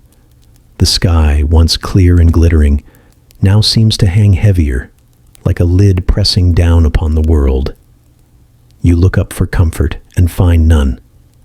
The stars that used to sing, the constellations your ancestors traced with reverent fingers, are fading at the edges, not extinguished, but veiled, like they can no longer bear to watch. The moon, once a silver witness to birth and death and all the quiet things in between, does not rise, or if it does, it hides behind clouds too thick to be natural. The night feels unfinished, unblessed, and the wind comes, not in gales or howls, not yet. It slinks through the streets like a memory trying to be forgotten. It slips under doors, presses through cracks, brushes against your skin with fingers too cold. It smells of things you cannot name, smoke from places you've never been, salt from oceans that do not exist, iron pulled from the deep. The scent clings to your hair, your clothes, your prayers. The giants do not notice, or they pretend not to. They keep feasting, keep laughing, keep pulling down what little remains of your altars and replacing them with monuments to themselves. They dance in the temples with wine-soaked mouths, shouting names that were never theirs to speak. They raise their arms as if to challenge the stars themselves. But the stars do not answer. They simply continue to disappear, one by one, quietly, without ceremony. And still, the watchers say nothing. They stand farther away now, more shadow than light, their forms flickering as if caught between worlds. Some of them watch the sky instead of their sons. Others cover their faces. You catch one kneeling in a field, fire gone, body trembling, mouthing words too ancient to translate. He does not look up when you pass. He does not rise. Something is coming. Not war, not fire, something older. You see it in the way animals move. They no longer flee. They freeze. Rabbits sit motionless at the edge of the forest. Birds perch without song. Even the wolves keep their mouths shut. The world is listening for something it cannot yet name. Children begin to dream in ways they cannot explain. One draws a mountain that splits open and bleeds light. Another wakes screaming that the sky is leaking. They paint in colors that shimmer without pigment, shapes that pulse without motion. They stare at you with eyes too wide, asking what happens when the stars fall. You do not have an answer. You feel the heaviness building above you. It presses down day after day, a weight behind the clouds, a pressure in the marrow of your bones. The sun rises late and sets early. Light number longer feels clean. The shadows stretch too far, as if trying to touch things they were never meant to reach. The horizon no longer promises tomorrow. The elders begin to whisper again, not warnings this time, but laments. They speak of the first silence, the silence before words were born, and they say this feels the same, like the universe is holding its breath, like time itself is pausing, waiting for something to catch up. You kneel at your fires. You touch the ground with both hands. It does not respond. It waits too. One morning, the wind sharpens. It hisses through the fields and pulls the leaves from trees without touching the branches. Doors slam in unison, though no one touches them. The sky goes white, not with snow, not with light, just white, blank, as if erased, as if what once watched over you has decided to look away. The giants pause. For the first time they grow quiet. They sniff the air, frown at the sky, shift uneasily in their own skin. One mutters a word in a tongue not meant for mortal mouths. Another smashes his goblet without reason. The laughter dies. They do not know what this wind is, but they know what it means. It means the waiting is over. It means the sky is not content to observe. It means the breach has been measured, and judgment is stirring behind the clouds. You step outside and look up. There are no stars. There is no moon. There is only a sky that will no longer wait. It doesn't speak in words. It roars in thunder. The heavens have judged. The sentence is flood. It begins with a sound you've never heard before but have always feared. A low, deep vibration that hums beneath your ribs and rattles your teeth. Not a sound carried by the wind, but by the bones of the earth. You feel it before you hear it, and when it comes all at once, louder than storms, sharper than fire. The mountains do not echo it. They break. Cliffs crumble without warning. Boulders that stood since the first breath of the world split like brittle bread. Trees slide from their roots and tumble down hillsides with screams of snapping wood. The sky groans, not with pain, but with judgment. Not grief, not mercy, just certainty. And from the sky, a voice, not made of syllables, not shaped by lungs. It is the voice of consequence, of justice long withheld, now come to collect. It is the voice that once said, "Let there be," now saying, "Let it end." It does not speak to ears. It speaks to everything, to the mountains, to the oceans, to the hidden wells beneath the soil. It speaks to the rain, and the rain obeys. At first it falls soft, uncertain, like a visitor knocking on a door it has not entered in ages. But then it remembers its orders, then it pours. The skies open wide, not as a crack, but as a wound. Water rushes from the heavens like fury poured from a cup too full. It is not like any storm you've seen. The drops are heavy, hot, wild. They slap the roofs, drown the fields, fill the wells before the first scream has finished echoing. You run. Everyone does. Not away. There is nowhere to run to, but toward higher ground, toward anything that still stands. Stones, trees, temples. The hills are already soaked. The roads vanish under the flood as fast as your feet can move. You scream for your children. You carry what you can. The rest you leave behind.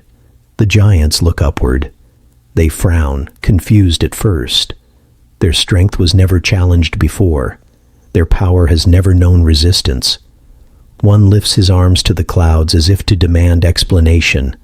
Another roars, his voice lost instantly to the wind.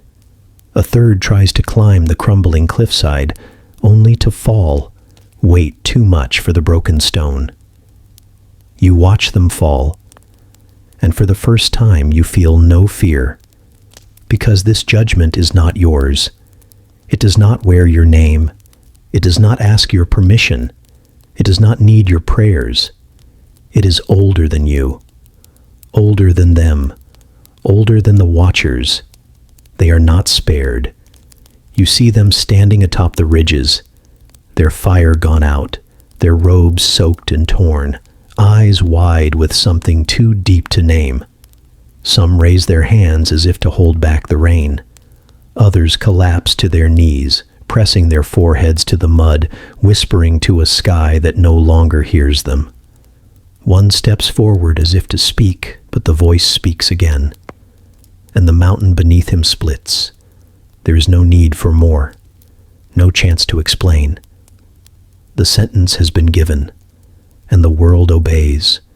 The rivers rise faster than the eyes can follow.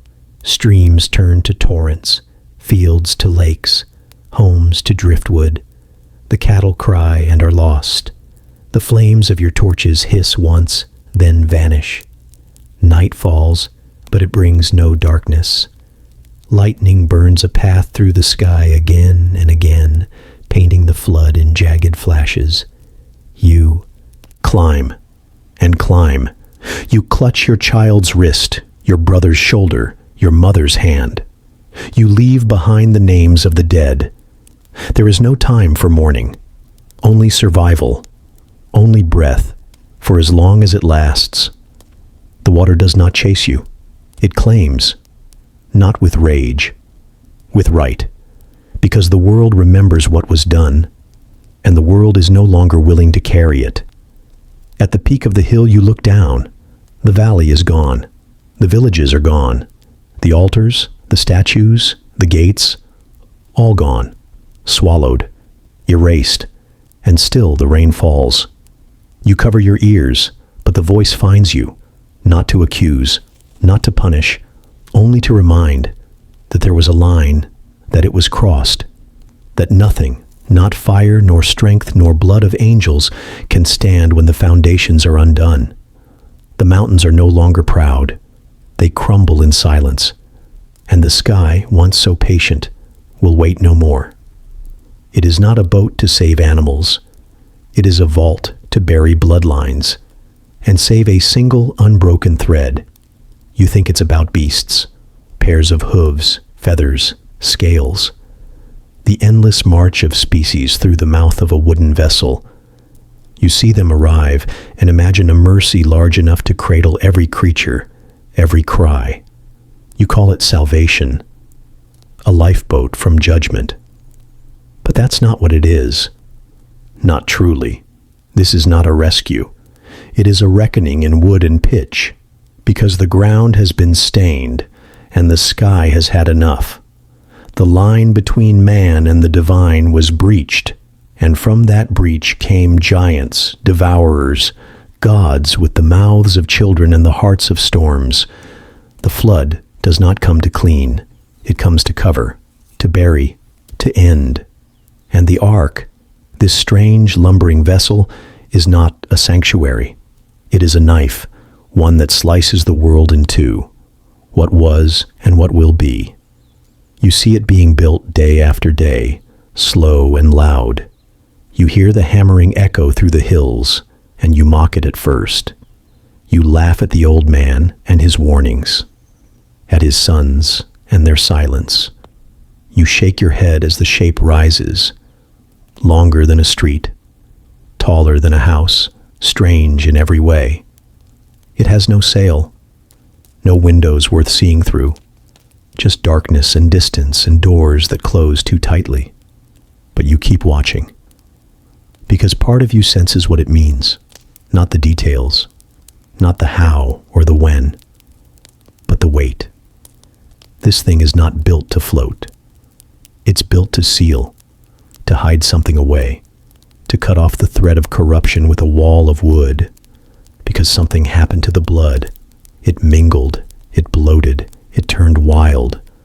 The children of the Watchers, the ones born too big, too soon, too knowing, they do not belong here. The land groans beneath their steps. The sky dims above their heads.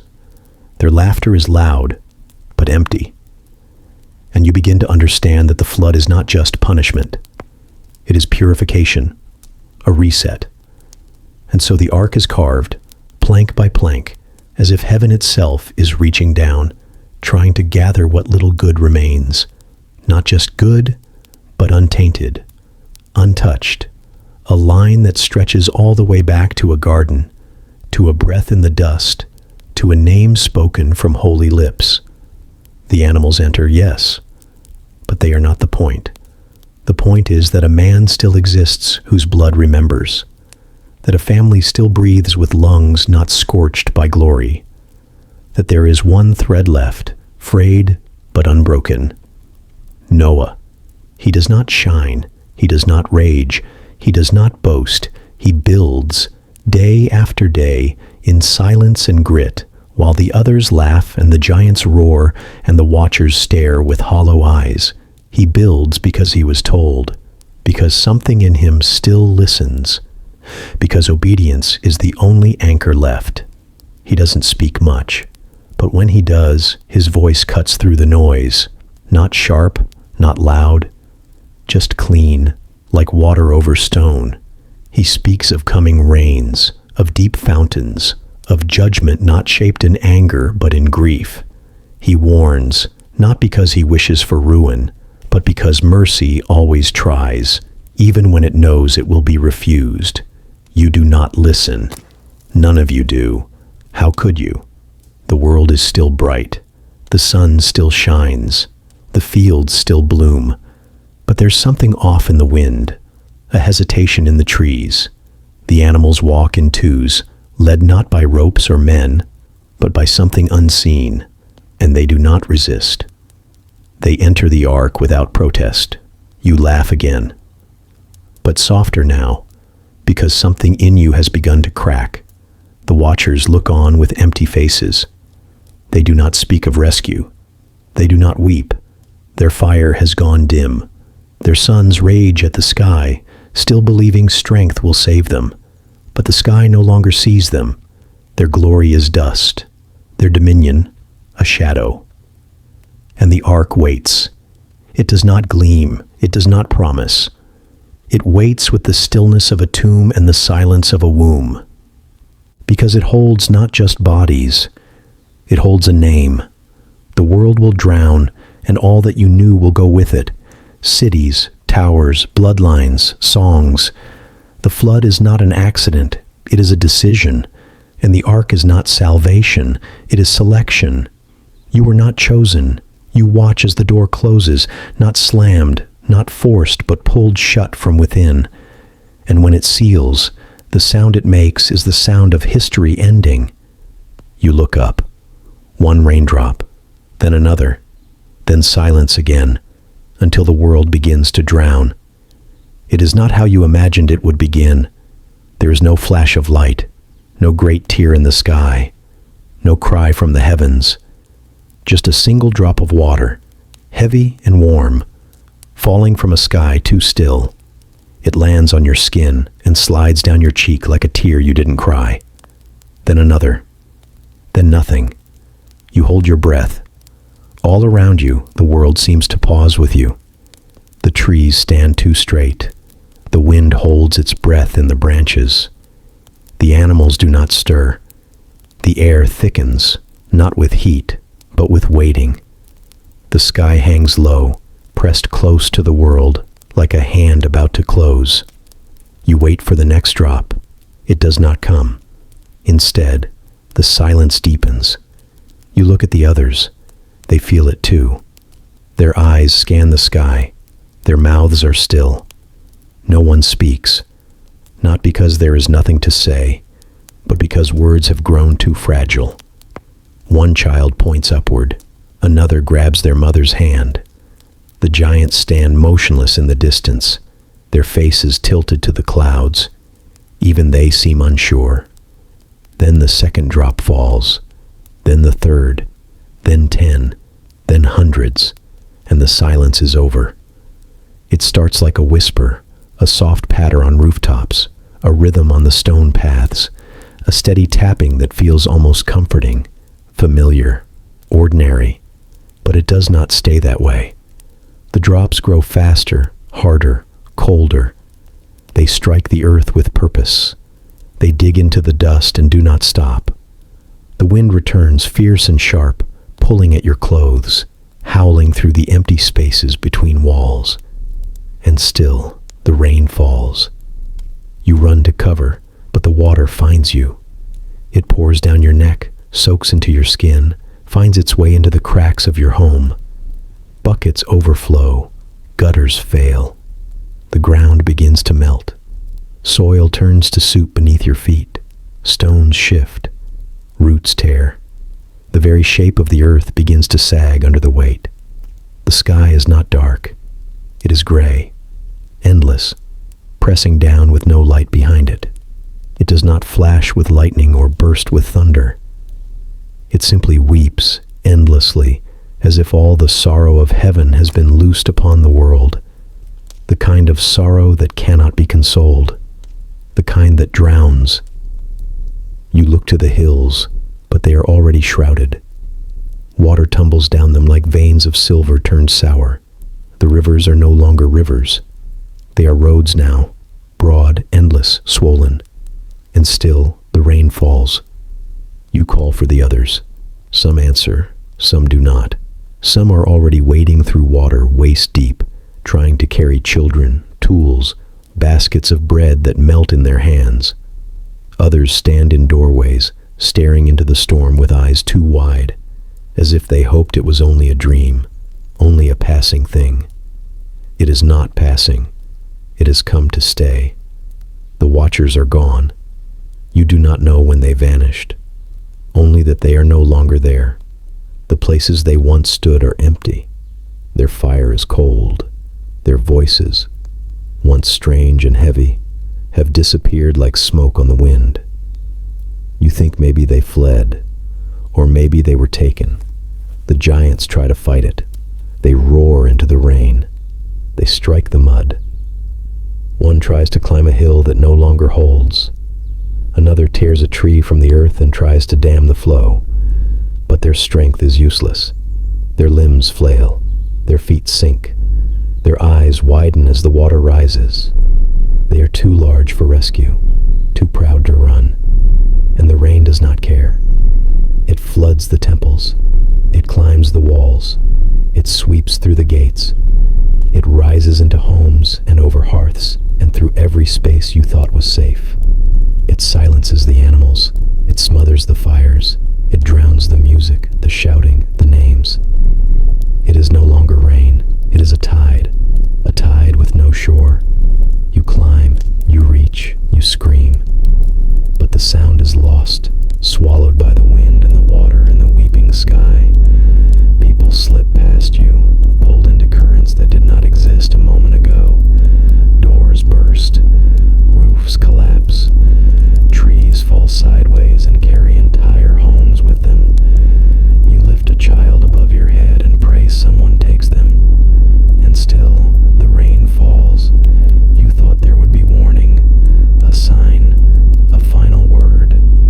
But the only sign was silence. The only word was water. You look to the ark in the distance. It does not move. It floats, sealed and steady, a shape half hidden by the storm. You see no faces. You hear no voices. Only the creak of wood above the flood. It is too far now. Too far and too full. You press your palm to the water's surface. It is rising. It will not stop. The world has begun to drown, and nothing remains to hold it back. They claw at mountains. They scream at gods. But they are too heavy for mercy. The water does not pause for them. It rises without fear, without hesitation. It coils around their ankles, then their knees, then their chests. Their strength means nothing here. Their power was made for soil and stone, not for the weightless, shifting wrath of the flood. They try to stand against it, bracing their hands against cliffs that crumble at their touch, pressing their backs to trees uprooted by the current. They think they are immovable. But nothing in this world was made to resist a judgment that comes from heaven. You see one standing on a ridge, screaming into the rain. His voice splits the air, a sound you once thought impossible for any living thing. It makes your ears ring. It shakes the teeth in your jaw. But it changes nothing. No voice reaches high enough now. The sky does not listen. The clouds do not blink. The waters do not stop. He screams until the wave hits him. You watch his body vanish beneath the gray. Another tries to climb, a slope he carved into the hillside long ago, with hands like hammers, shaping the rock to fit his steps. Now the rock turns slick beneath his weight, the ground shifting with every desperate motion. His fingers dig deep. He pulls himself upward. He reaches.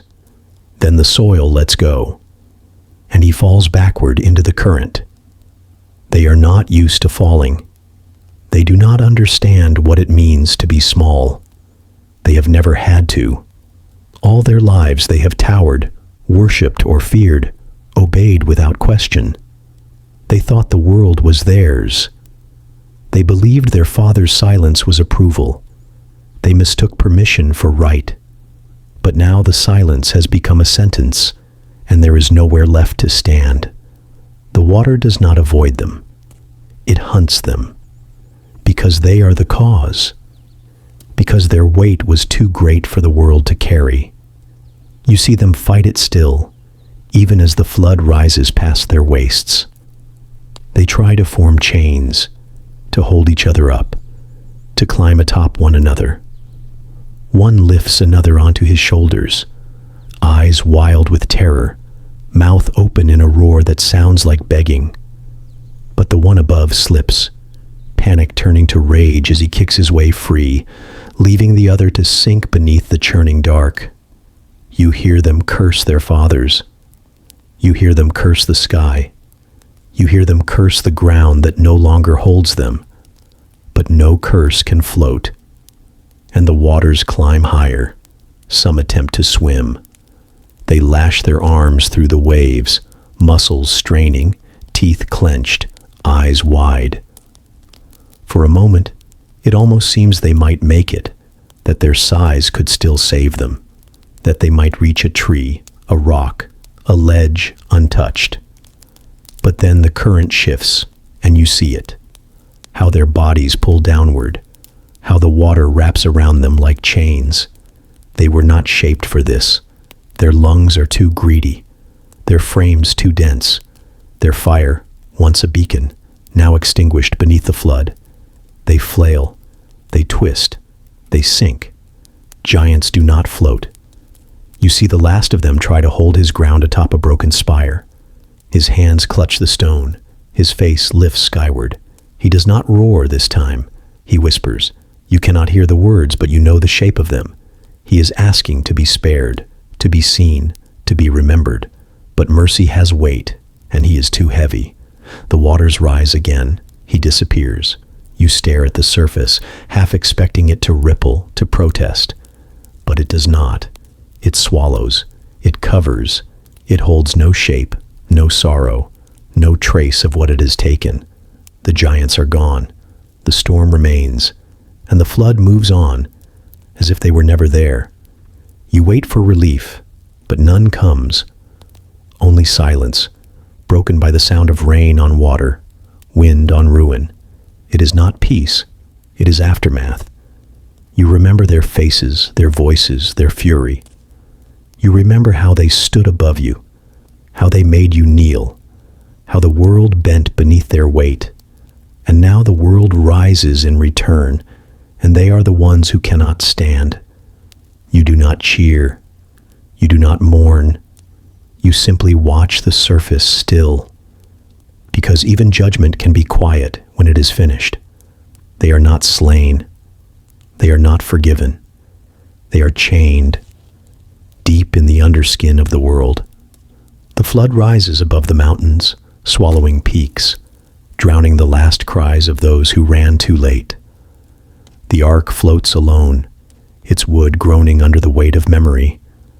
But beneath the water, deeper than any man has ever dug, deeper than roots or rivers or bones of giants, the watchers are taken, not by storm, not by sword, by decree.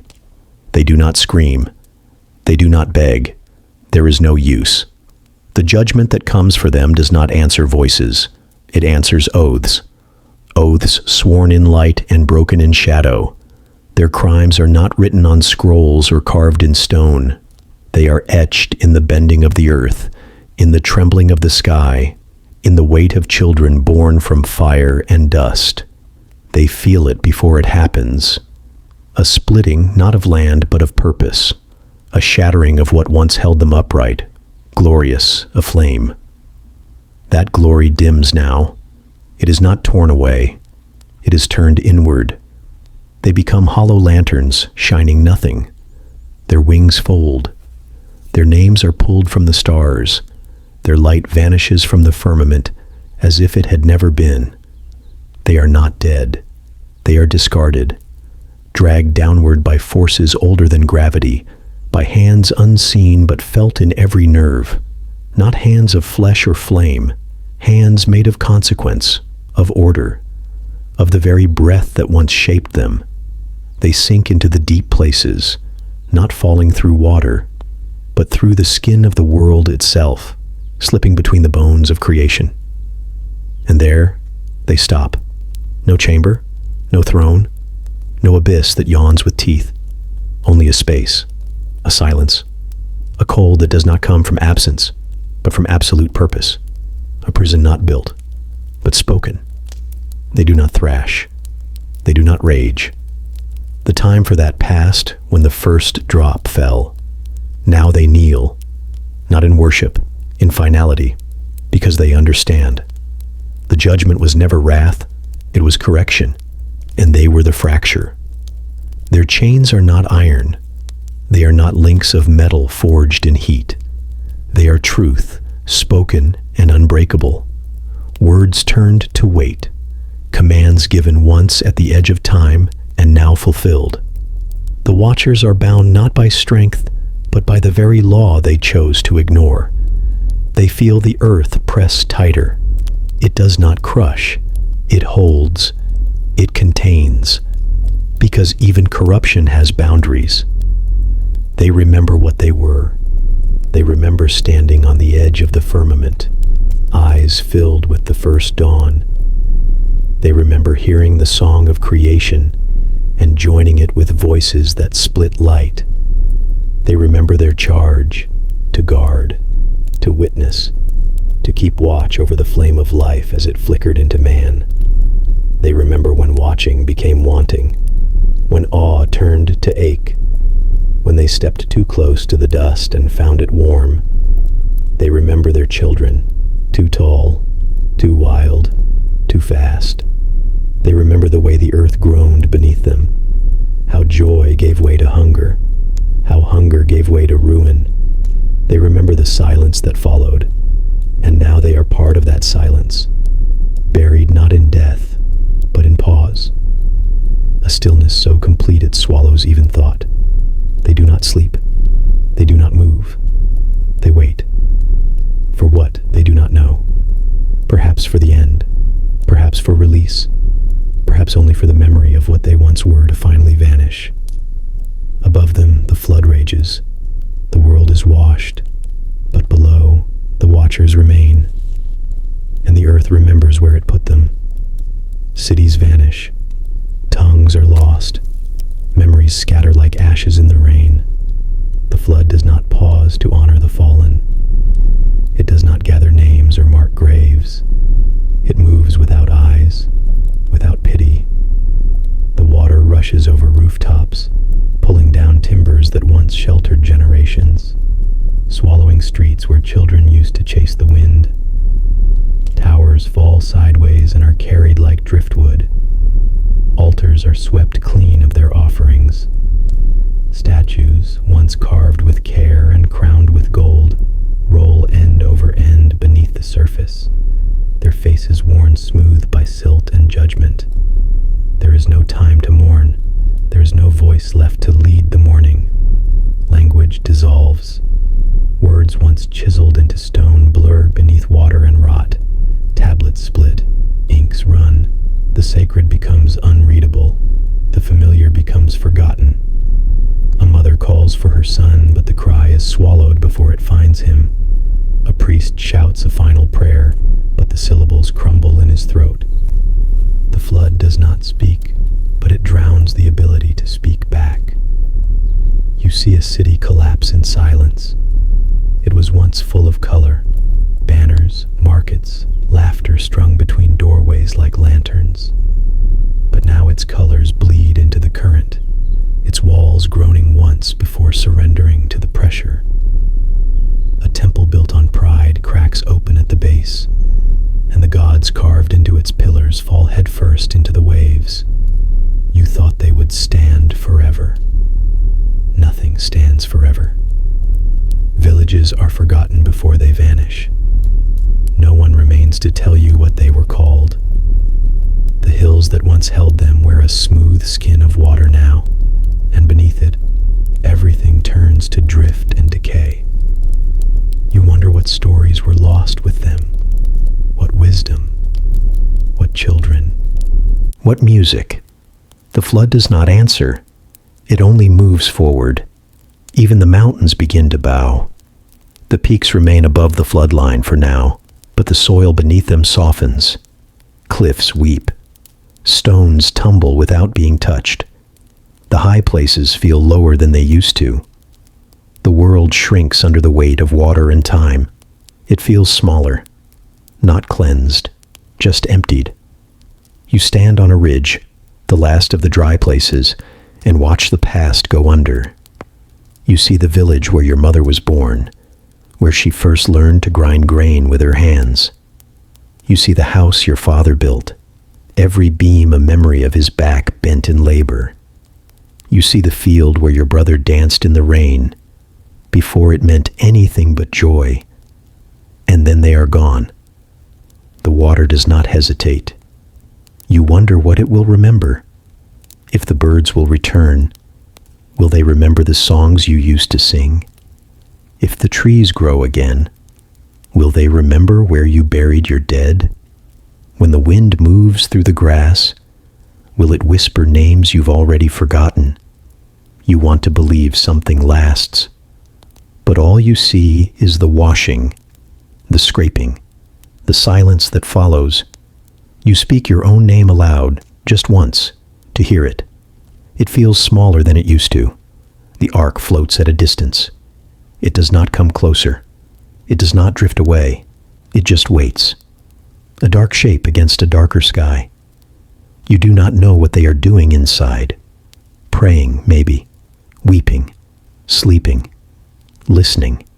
It doesn't matter. They will carry what little remains, and the rest of you will disappear beneath the surface.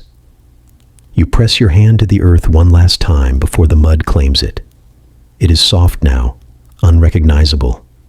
The place where you first walked, first fell, first danced. Now nothing but wet memory. You do not cry. There is nothing left in you for tears. You close your eyes and breathe in the scent of a world dissolving. Somewhere, a city with 100 doors breaks in half. Somewhere, a tower that once scraped the edge of cloud slips sideways and is pulled apart brick by brick. Somewhere a man calls out for the God he carved from fire and bone. The God does not answer. Because this is not a time for answers. This is the last breath of a world that once believed it could rise without reckoning. And now it breathes no more. The earth becomes an ocean, and above it, the sky watches, alone, waiting. There are no more cities to cry out, no more footsteps to stir the dust, no fires to light the ridges, no horns to signal dusk. The land has vanished beneath a glassy, endless sheet, and the horizon now lies in every direction, unmoving and pale. It does not ripple. It does not sing. The flood has done its work, and what remains is stillness. You would think water meant motion, that it would churn or roar or echo with the last gasps of the world it consumed. But it is quiet now, deeper than quiet. This is not absence of sound. It is the weight of everything that used to be. Silence rules the waters. It stretches from peak to peak, from sky to ocean floor, as if waiting for permission to breathe again. The wind does not stir. The clouds drift, unanchored, forgotten by the ground that once cast shadows from them. The stars above appear disinterested, diamond soys. They have watched too much. They have blinked through every rebellion, every vow, every fall. Now they simply wait, cold and tired, holding their light in until it's needed again. The ark floats at the center of it all, a single shape breaking the smooth skin of the flood. Not grand, not glowing, just wood, worn and dark, made heavier by what it carries. It groans with each tilt, and the water sighs beneath it. The vessel does not chase the sun or flee the storm. It does not steer. It only obeys the current, guided not by oar or anchor, but by promise. Inside, breath is measured, not in fear, but in reverence. Each inhalation honors what has been lost. Each exhale surrenders what could not be kept. There are no celebrations, no laughter behind those walls.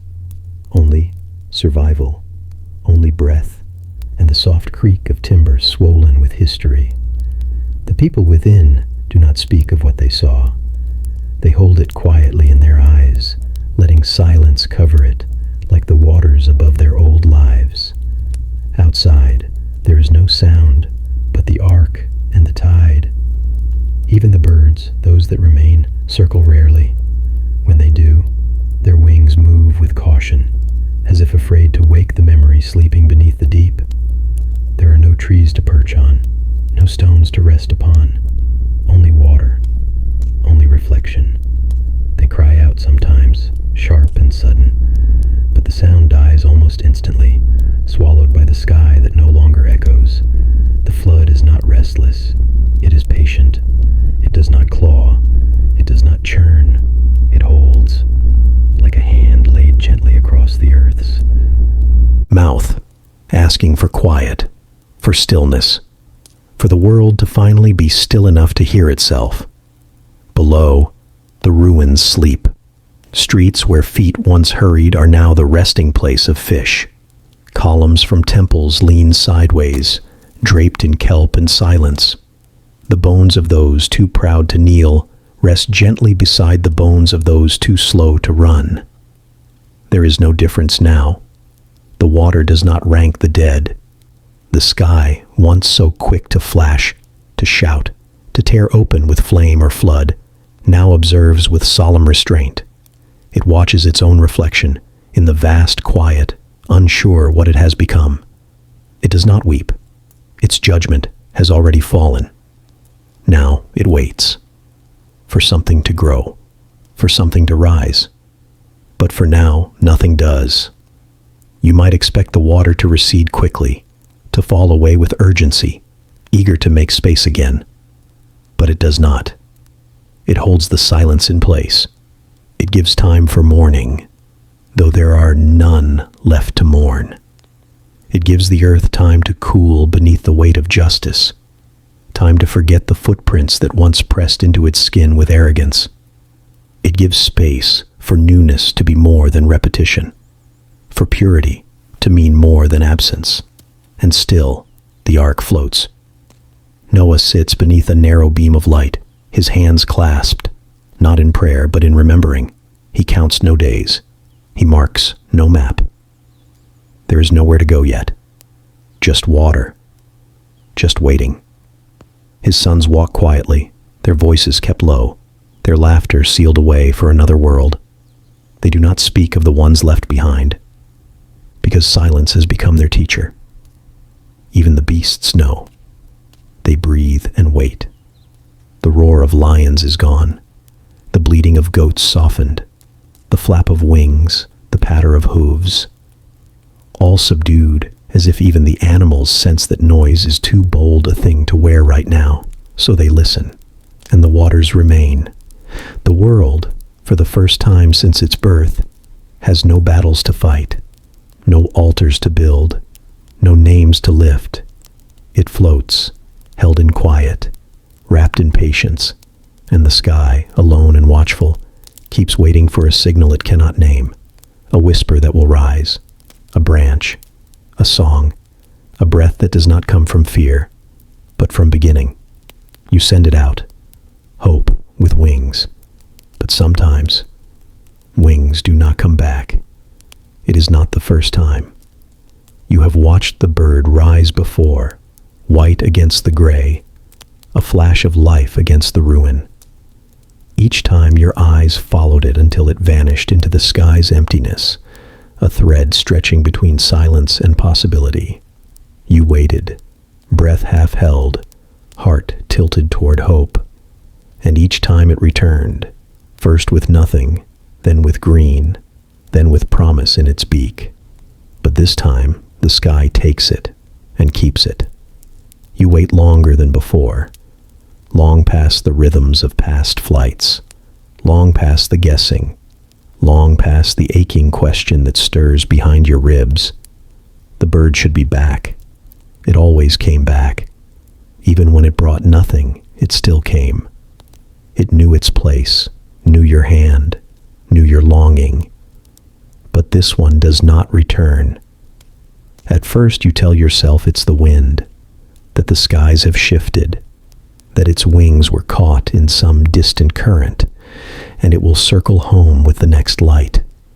You busy your hands, you hum an old melody, you speak small reassurances aloud, not for the others, but for the space inside you that won't stop pacing. But evening comes, and the sky remains empty.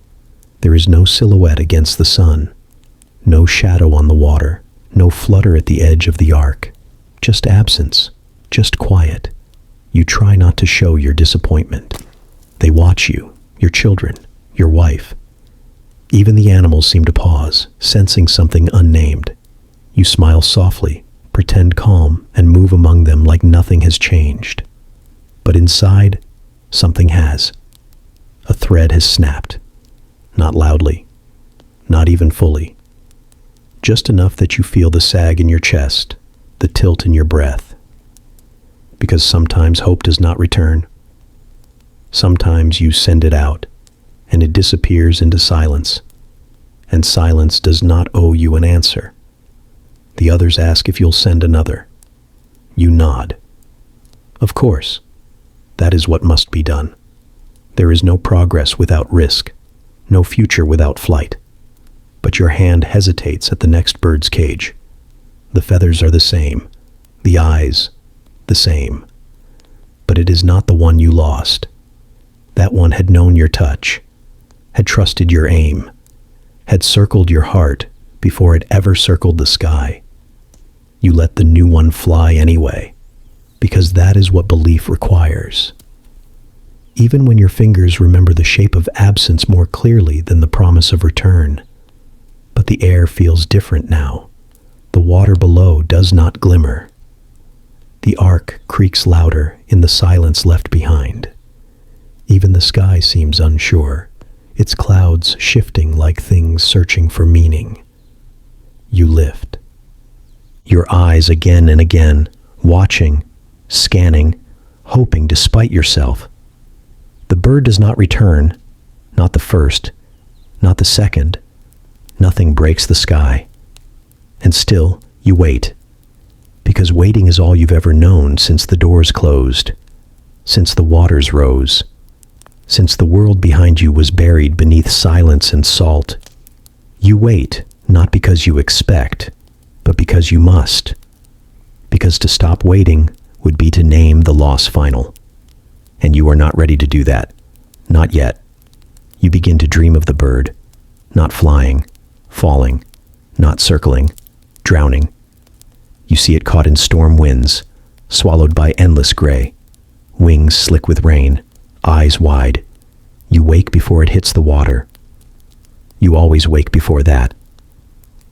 But the dream lingers. It clings to your skin like the first mist of flood, whispering that maybe hope is not meant to return. Maybe sometimes it leaves so that you can learn how to let go. Still, you climb to the top deck each morning. You scan the sky, watch the wind, listen for the beat of wings you can name by sound alone. But the silence deepens. The sea stretches farther, and the memory of flight grows thin. You tell no one. You carry it alone, because that is what grief often demands. Not loudness, not declaration, just quiet and waiting. One evening, you find a single feather on the railing, small, white, damp with dew.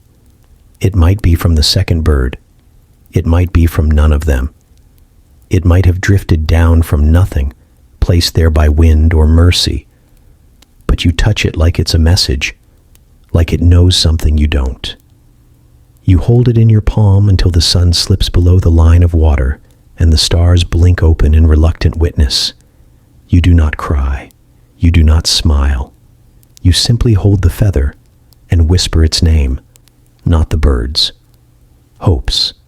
It does not begin with thunder. No horn splits the silence. No sign in the sky flares to announce it. It begins with a shift, barely felt. A breath beneath the waves. A groan beneath the hull. You think the wind has returned, that perhaps a current has turned, but it is the earth, waking from its drowning. You lean over the edge of the ark and see it. Not blue, not foam, not the endless reflection of gray. Brown, jagged, rising. The tip of something older than memory, something that once held the sky at its edge. Rock, worn and wet, breaking the surface like a hand reaching upward from a dream. A mountaintop. The world is not healed, but it is breaking the surface again. The ark drifts toward it, pulled by an invisible hand. You don't speak. You barely breathe. For so long, the only direction was survival. The only horizon was water. Now something interrupts the flood. Something stands. The mountain is not clean. It wears scars, deep gouges where roots were torn free, blackened patches where fire had once kissed snow. But it stands, and you understand, even before your foot touches it, that this is not just land. It is witness. You descend slowly. The slope is slick, soft, with the film of receded waters, but it holds. You walk across stones that feel too still, too silent.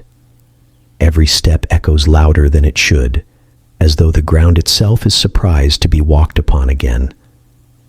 You place your hand on a boulder and feel warmth, not from the sun, but from the memory of pressure, of depth, of waiting. And when you reach the ledge and look out, you see it all. Water still stretches beyond vision. The ark floats alone now, a shape framed by the wounded sky. But here, there is dry ground, and beneath this ground, bones. You know it without digging. You feel it, a graveyard of giants. Their bodies are not whole.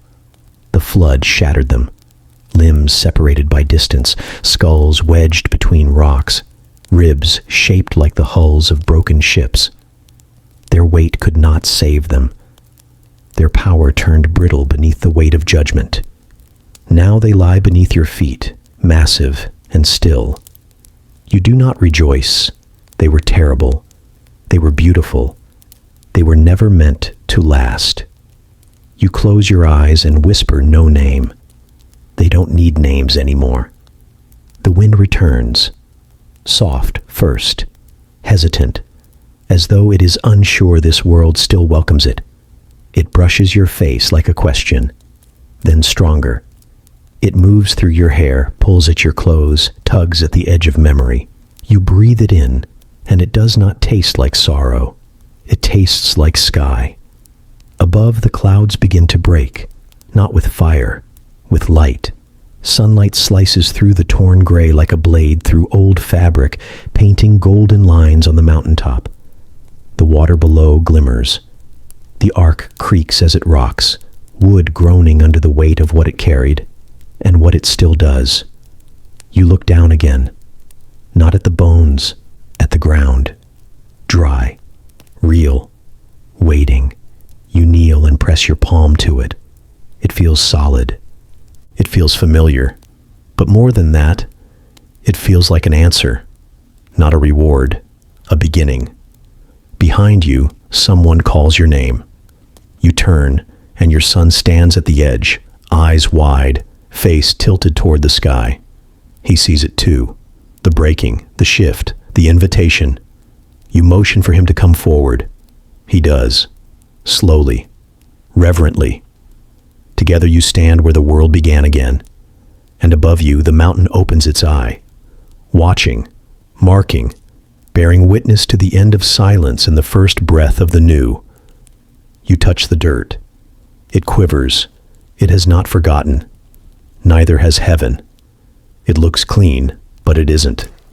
The flood has washed away the blood, the bone, the cities with names no one will speak again. It has scoured the skin of the world, scrubbed it raw. But beneath the top layer, beneath the soft silence of new growth and the hush of settling wind, the ground still remembers. It holds memory the way skin holds scars. You kneel in it, hands bare, fingers sifting through the damp soil. It crumbles in your palm, soft and cool, but it twitches at your touch. Not like something alive, like something wounded. You feel it tighten around your knuckles, a slow tension, not to harm you, but to warn. This is not innocence. This is aftermath. The land bears witness to all that has been buried, all that was shouted into the sky and answered with flood. The mountains around you rise, stoic and clean-edged, but they too are marked. Their roots sank into a world that once screamed with giants. Their faces were carved by storms that wept from heaven.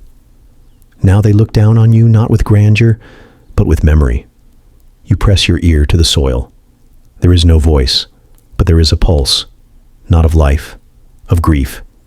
It hums beneath your skin like a lullaby made of ruin. Not loud, not urgent, just steady. As if the ground is whispering, not in words, but in weight. I remember.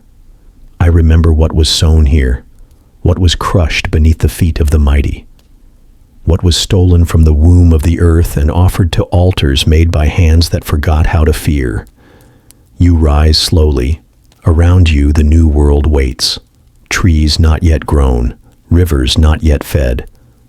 The sky clearer than you've ever seen it, wide and pale and watching. The ark rests on its side now, silent and opened. No longer a vessel, now a relic. It has done what it was meant to do. Its purpose is behind it. Yours is not. You walk the edge of the clearing. Where the roots push up from beneath, you tread lightly. Where stones lie half buried, you let them lie. This is not your land to claim. It is only yours to tend, to guard, to honor with silence. Your children chase each other through the grass, their feet light, their laughter thin. They do not feel the pulse under the surface. Not yet. They know only the sun and the open air and the taste of fruit not spoiled by bitterness. You watch them, and for a moment you wish you could join them. But you are the memory keeper now. Someone must remember. Because heaven does. The sky no longer roars, but it watches. Its judgment has quieted, but it has not turned away. You feel its gaze in your spine, not heavy, not cruel, just aware, like it is waiting to see what you will do with what remains. If you will build towers again, if you will listen when it whispers, if you will touch the earth and recognize its ache. The soil holds stories now. It knows of fire that walked like men. It knows of children who spoke too soon, too deeply. It knows of angels who stood too close to the threshold and forgot to step back. It knows what it carried and what it buried. You crouch beside a patch of new growth, green breaking through brown, tender blades, rising from the skin of sorrow. You press a seed into the ground. The dirt does not reject it. It folds around it slowly, cautiously, like a wound learning how to close. You do not pray aloud, but heaven hears you anyway. You feel it in the breeze that moves through the grass, in the way the air does not shudder. You feel it in the stillness that follows, the long quiet that is not empty, but watchful, a covenant not made in thunder, but in breath. You will build again, but not as they did. You will walk with the ground, not over it. And when your children ask what came before, you will tell them gently, not to shame, but to warn. You will tell them the soil still remembers, and that remembering is how the world begins again. The bloodline was not fully drowned. In the shadows, something still breathes. The water retreated, but it did not erase everything. Some things cling deeper. Beneath the silt, below the roots of the newborn trees, past where the sun dares to reach, the ember of what once was still glows. It does not burn as it once did, not with thunder, not with pride, but it smolders, slow, patient, watching. You feel it before you find it, a wrongness under the stillness, a tremor behind the quiet. You're walking the new earth, your feet pressing gently into ground still tender from the flood. You believe you are alone, but the stillness is too still. The breeze avoids this place. The birds do not land here. Even the insects veer wide. The silence is not peace, it is warning. You crouch near a stone, one not placed by your hand, not carved by the new children. It is too smooth, too old, worn by something other than time. When you touch it, the heat is faint but real, impossible in the cool morning air.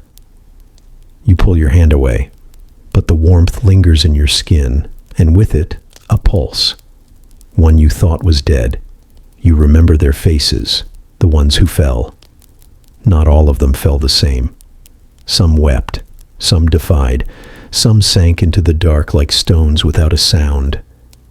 But others laughed as the water rose, not because they didn't fear it, but because they believed they were beyond it, that the flood was for others, that they had already shaped the world in their image, and water cannot drown what is already in the bones of men. They were not entirely wrong. It wasn't the giants that survived, not in body.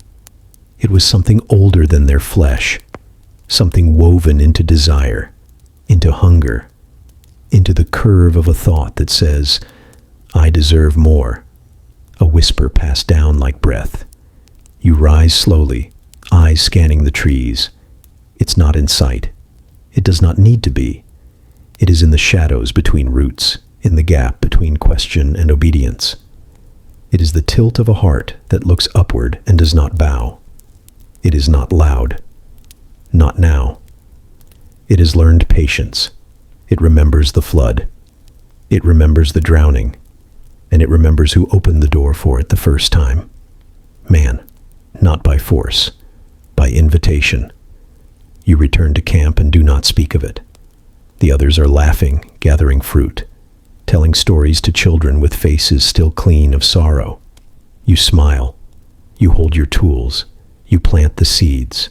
But the warmth in your hand does not fade. And when you dream, you see fire, not consuming, beckoning. The ark sits behind you, hollow and still, a shell of purpose fulfilled. But even within its wood, There are nails driven by hands that once held anger, boards touched by thoughts that wondered what it would be like to command thunder. Not everyone who rode the ark was free of it, just free enough to be chosen. But chosen is not the same as immune. That is the lie. You walk alone some nights, into the trees, into the hush of a world beginning again. You listen. Sometimes you hear breathing that is not yours, a slow, steady rhythm.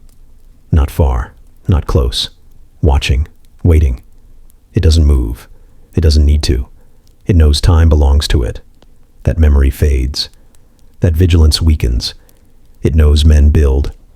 And what men build, they want to keep.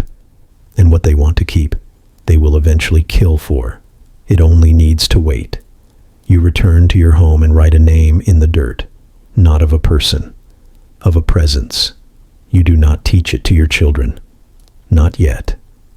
But you do teach them to bow, to wait before speaking, to ask before taking, to feel the ground before stepping forward, because the soil remembers, and what sleeps beneath it is listening. One day, they will name it something new. They will call it hunger. They will call it ambition. They will call it progress. But you know its true name, fire, and it is not fully gone. You build. You stretch upward. Again, and the whispers begin again too. The ground is dry now. The rivers have settled. The ark is nothing more than a husk, a silent witness to the beginning that came after the end. But your hands are not still. They ache for motion, for shape, for legacy. You gather stone. You gather wood. You make plans, not to reach the heavens, you say, just to be near them. It begins small, a platform, a foundation, something to mark that you were here, that you survived, that you deserve to remain. The children watch you with wide eyes. They ask what it is for, and you answer with the word that makes men forget their place. Glory. You speak it quietly, as if your voice can disguise its weight. You say it belongs to God, of course, but your fingers do not tremble when you carve your name into the base. You say it is for unity, that the people must have a center, a symbol, something to draw the tribes back together, to hold the tongues that have begun to twist and branch.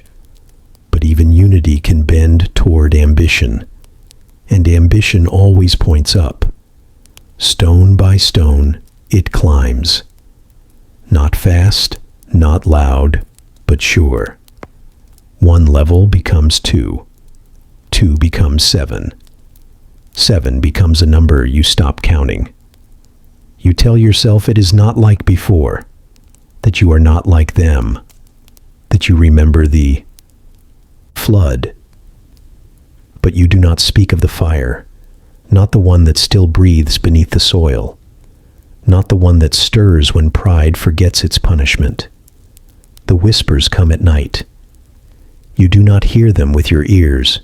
They live behind your thoughts, just beneath your breath. They sound like your own voice, only purer.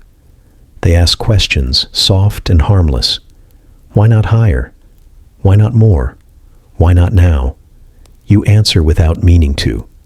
Your hands begin to shape arches, spires, places not meant for shelter, but for sight. So the stars might see you, so the sky might know your name. You do not say this aloud, but the stones understand.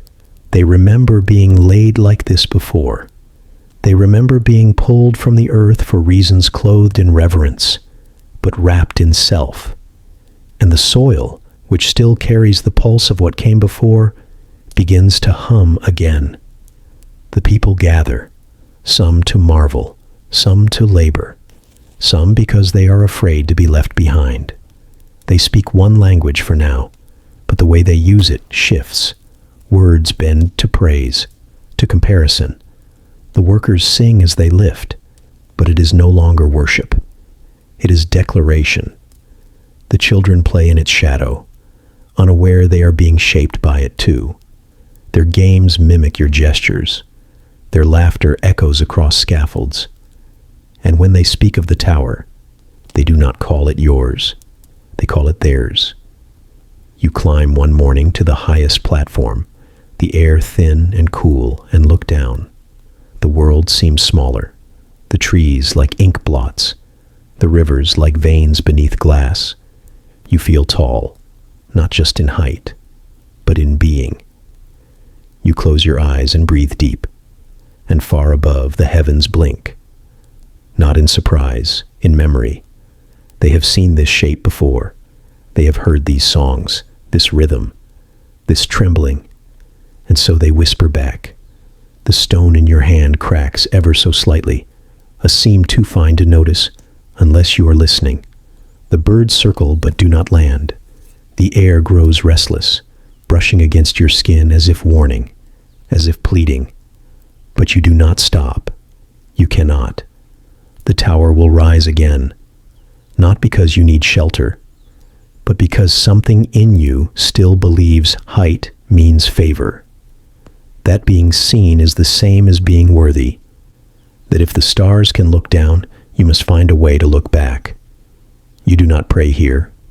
You only build. And the whispers grow louder. The story ends where it began, with a choice. You look to the heavens and decide. It was never about survival. Not truly. Survival is instinct, reaction. But choice, that is different. That is sacred. That is what they watched for when they leaned down from the firmament. That is what they feared when they stepped too close to the soil and saw that men could decide, not just to rise, but to bow, not just to obey, but to create. And here you are again.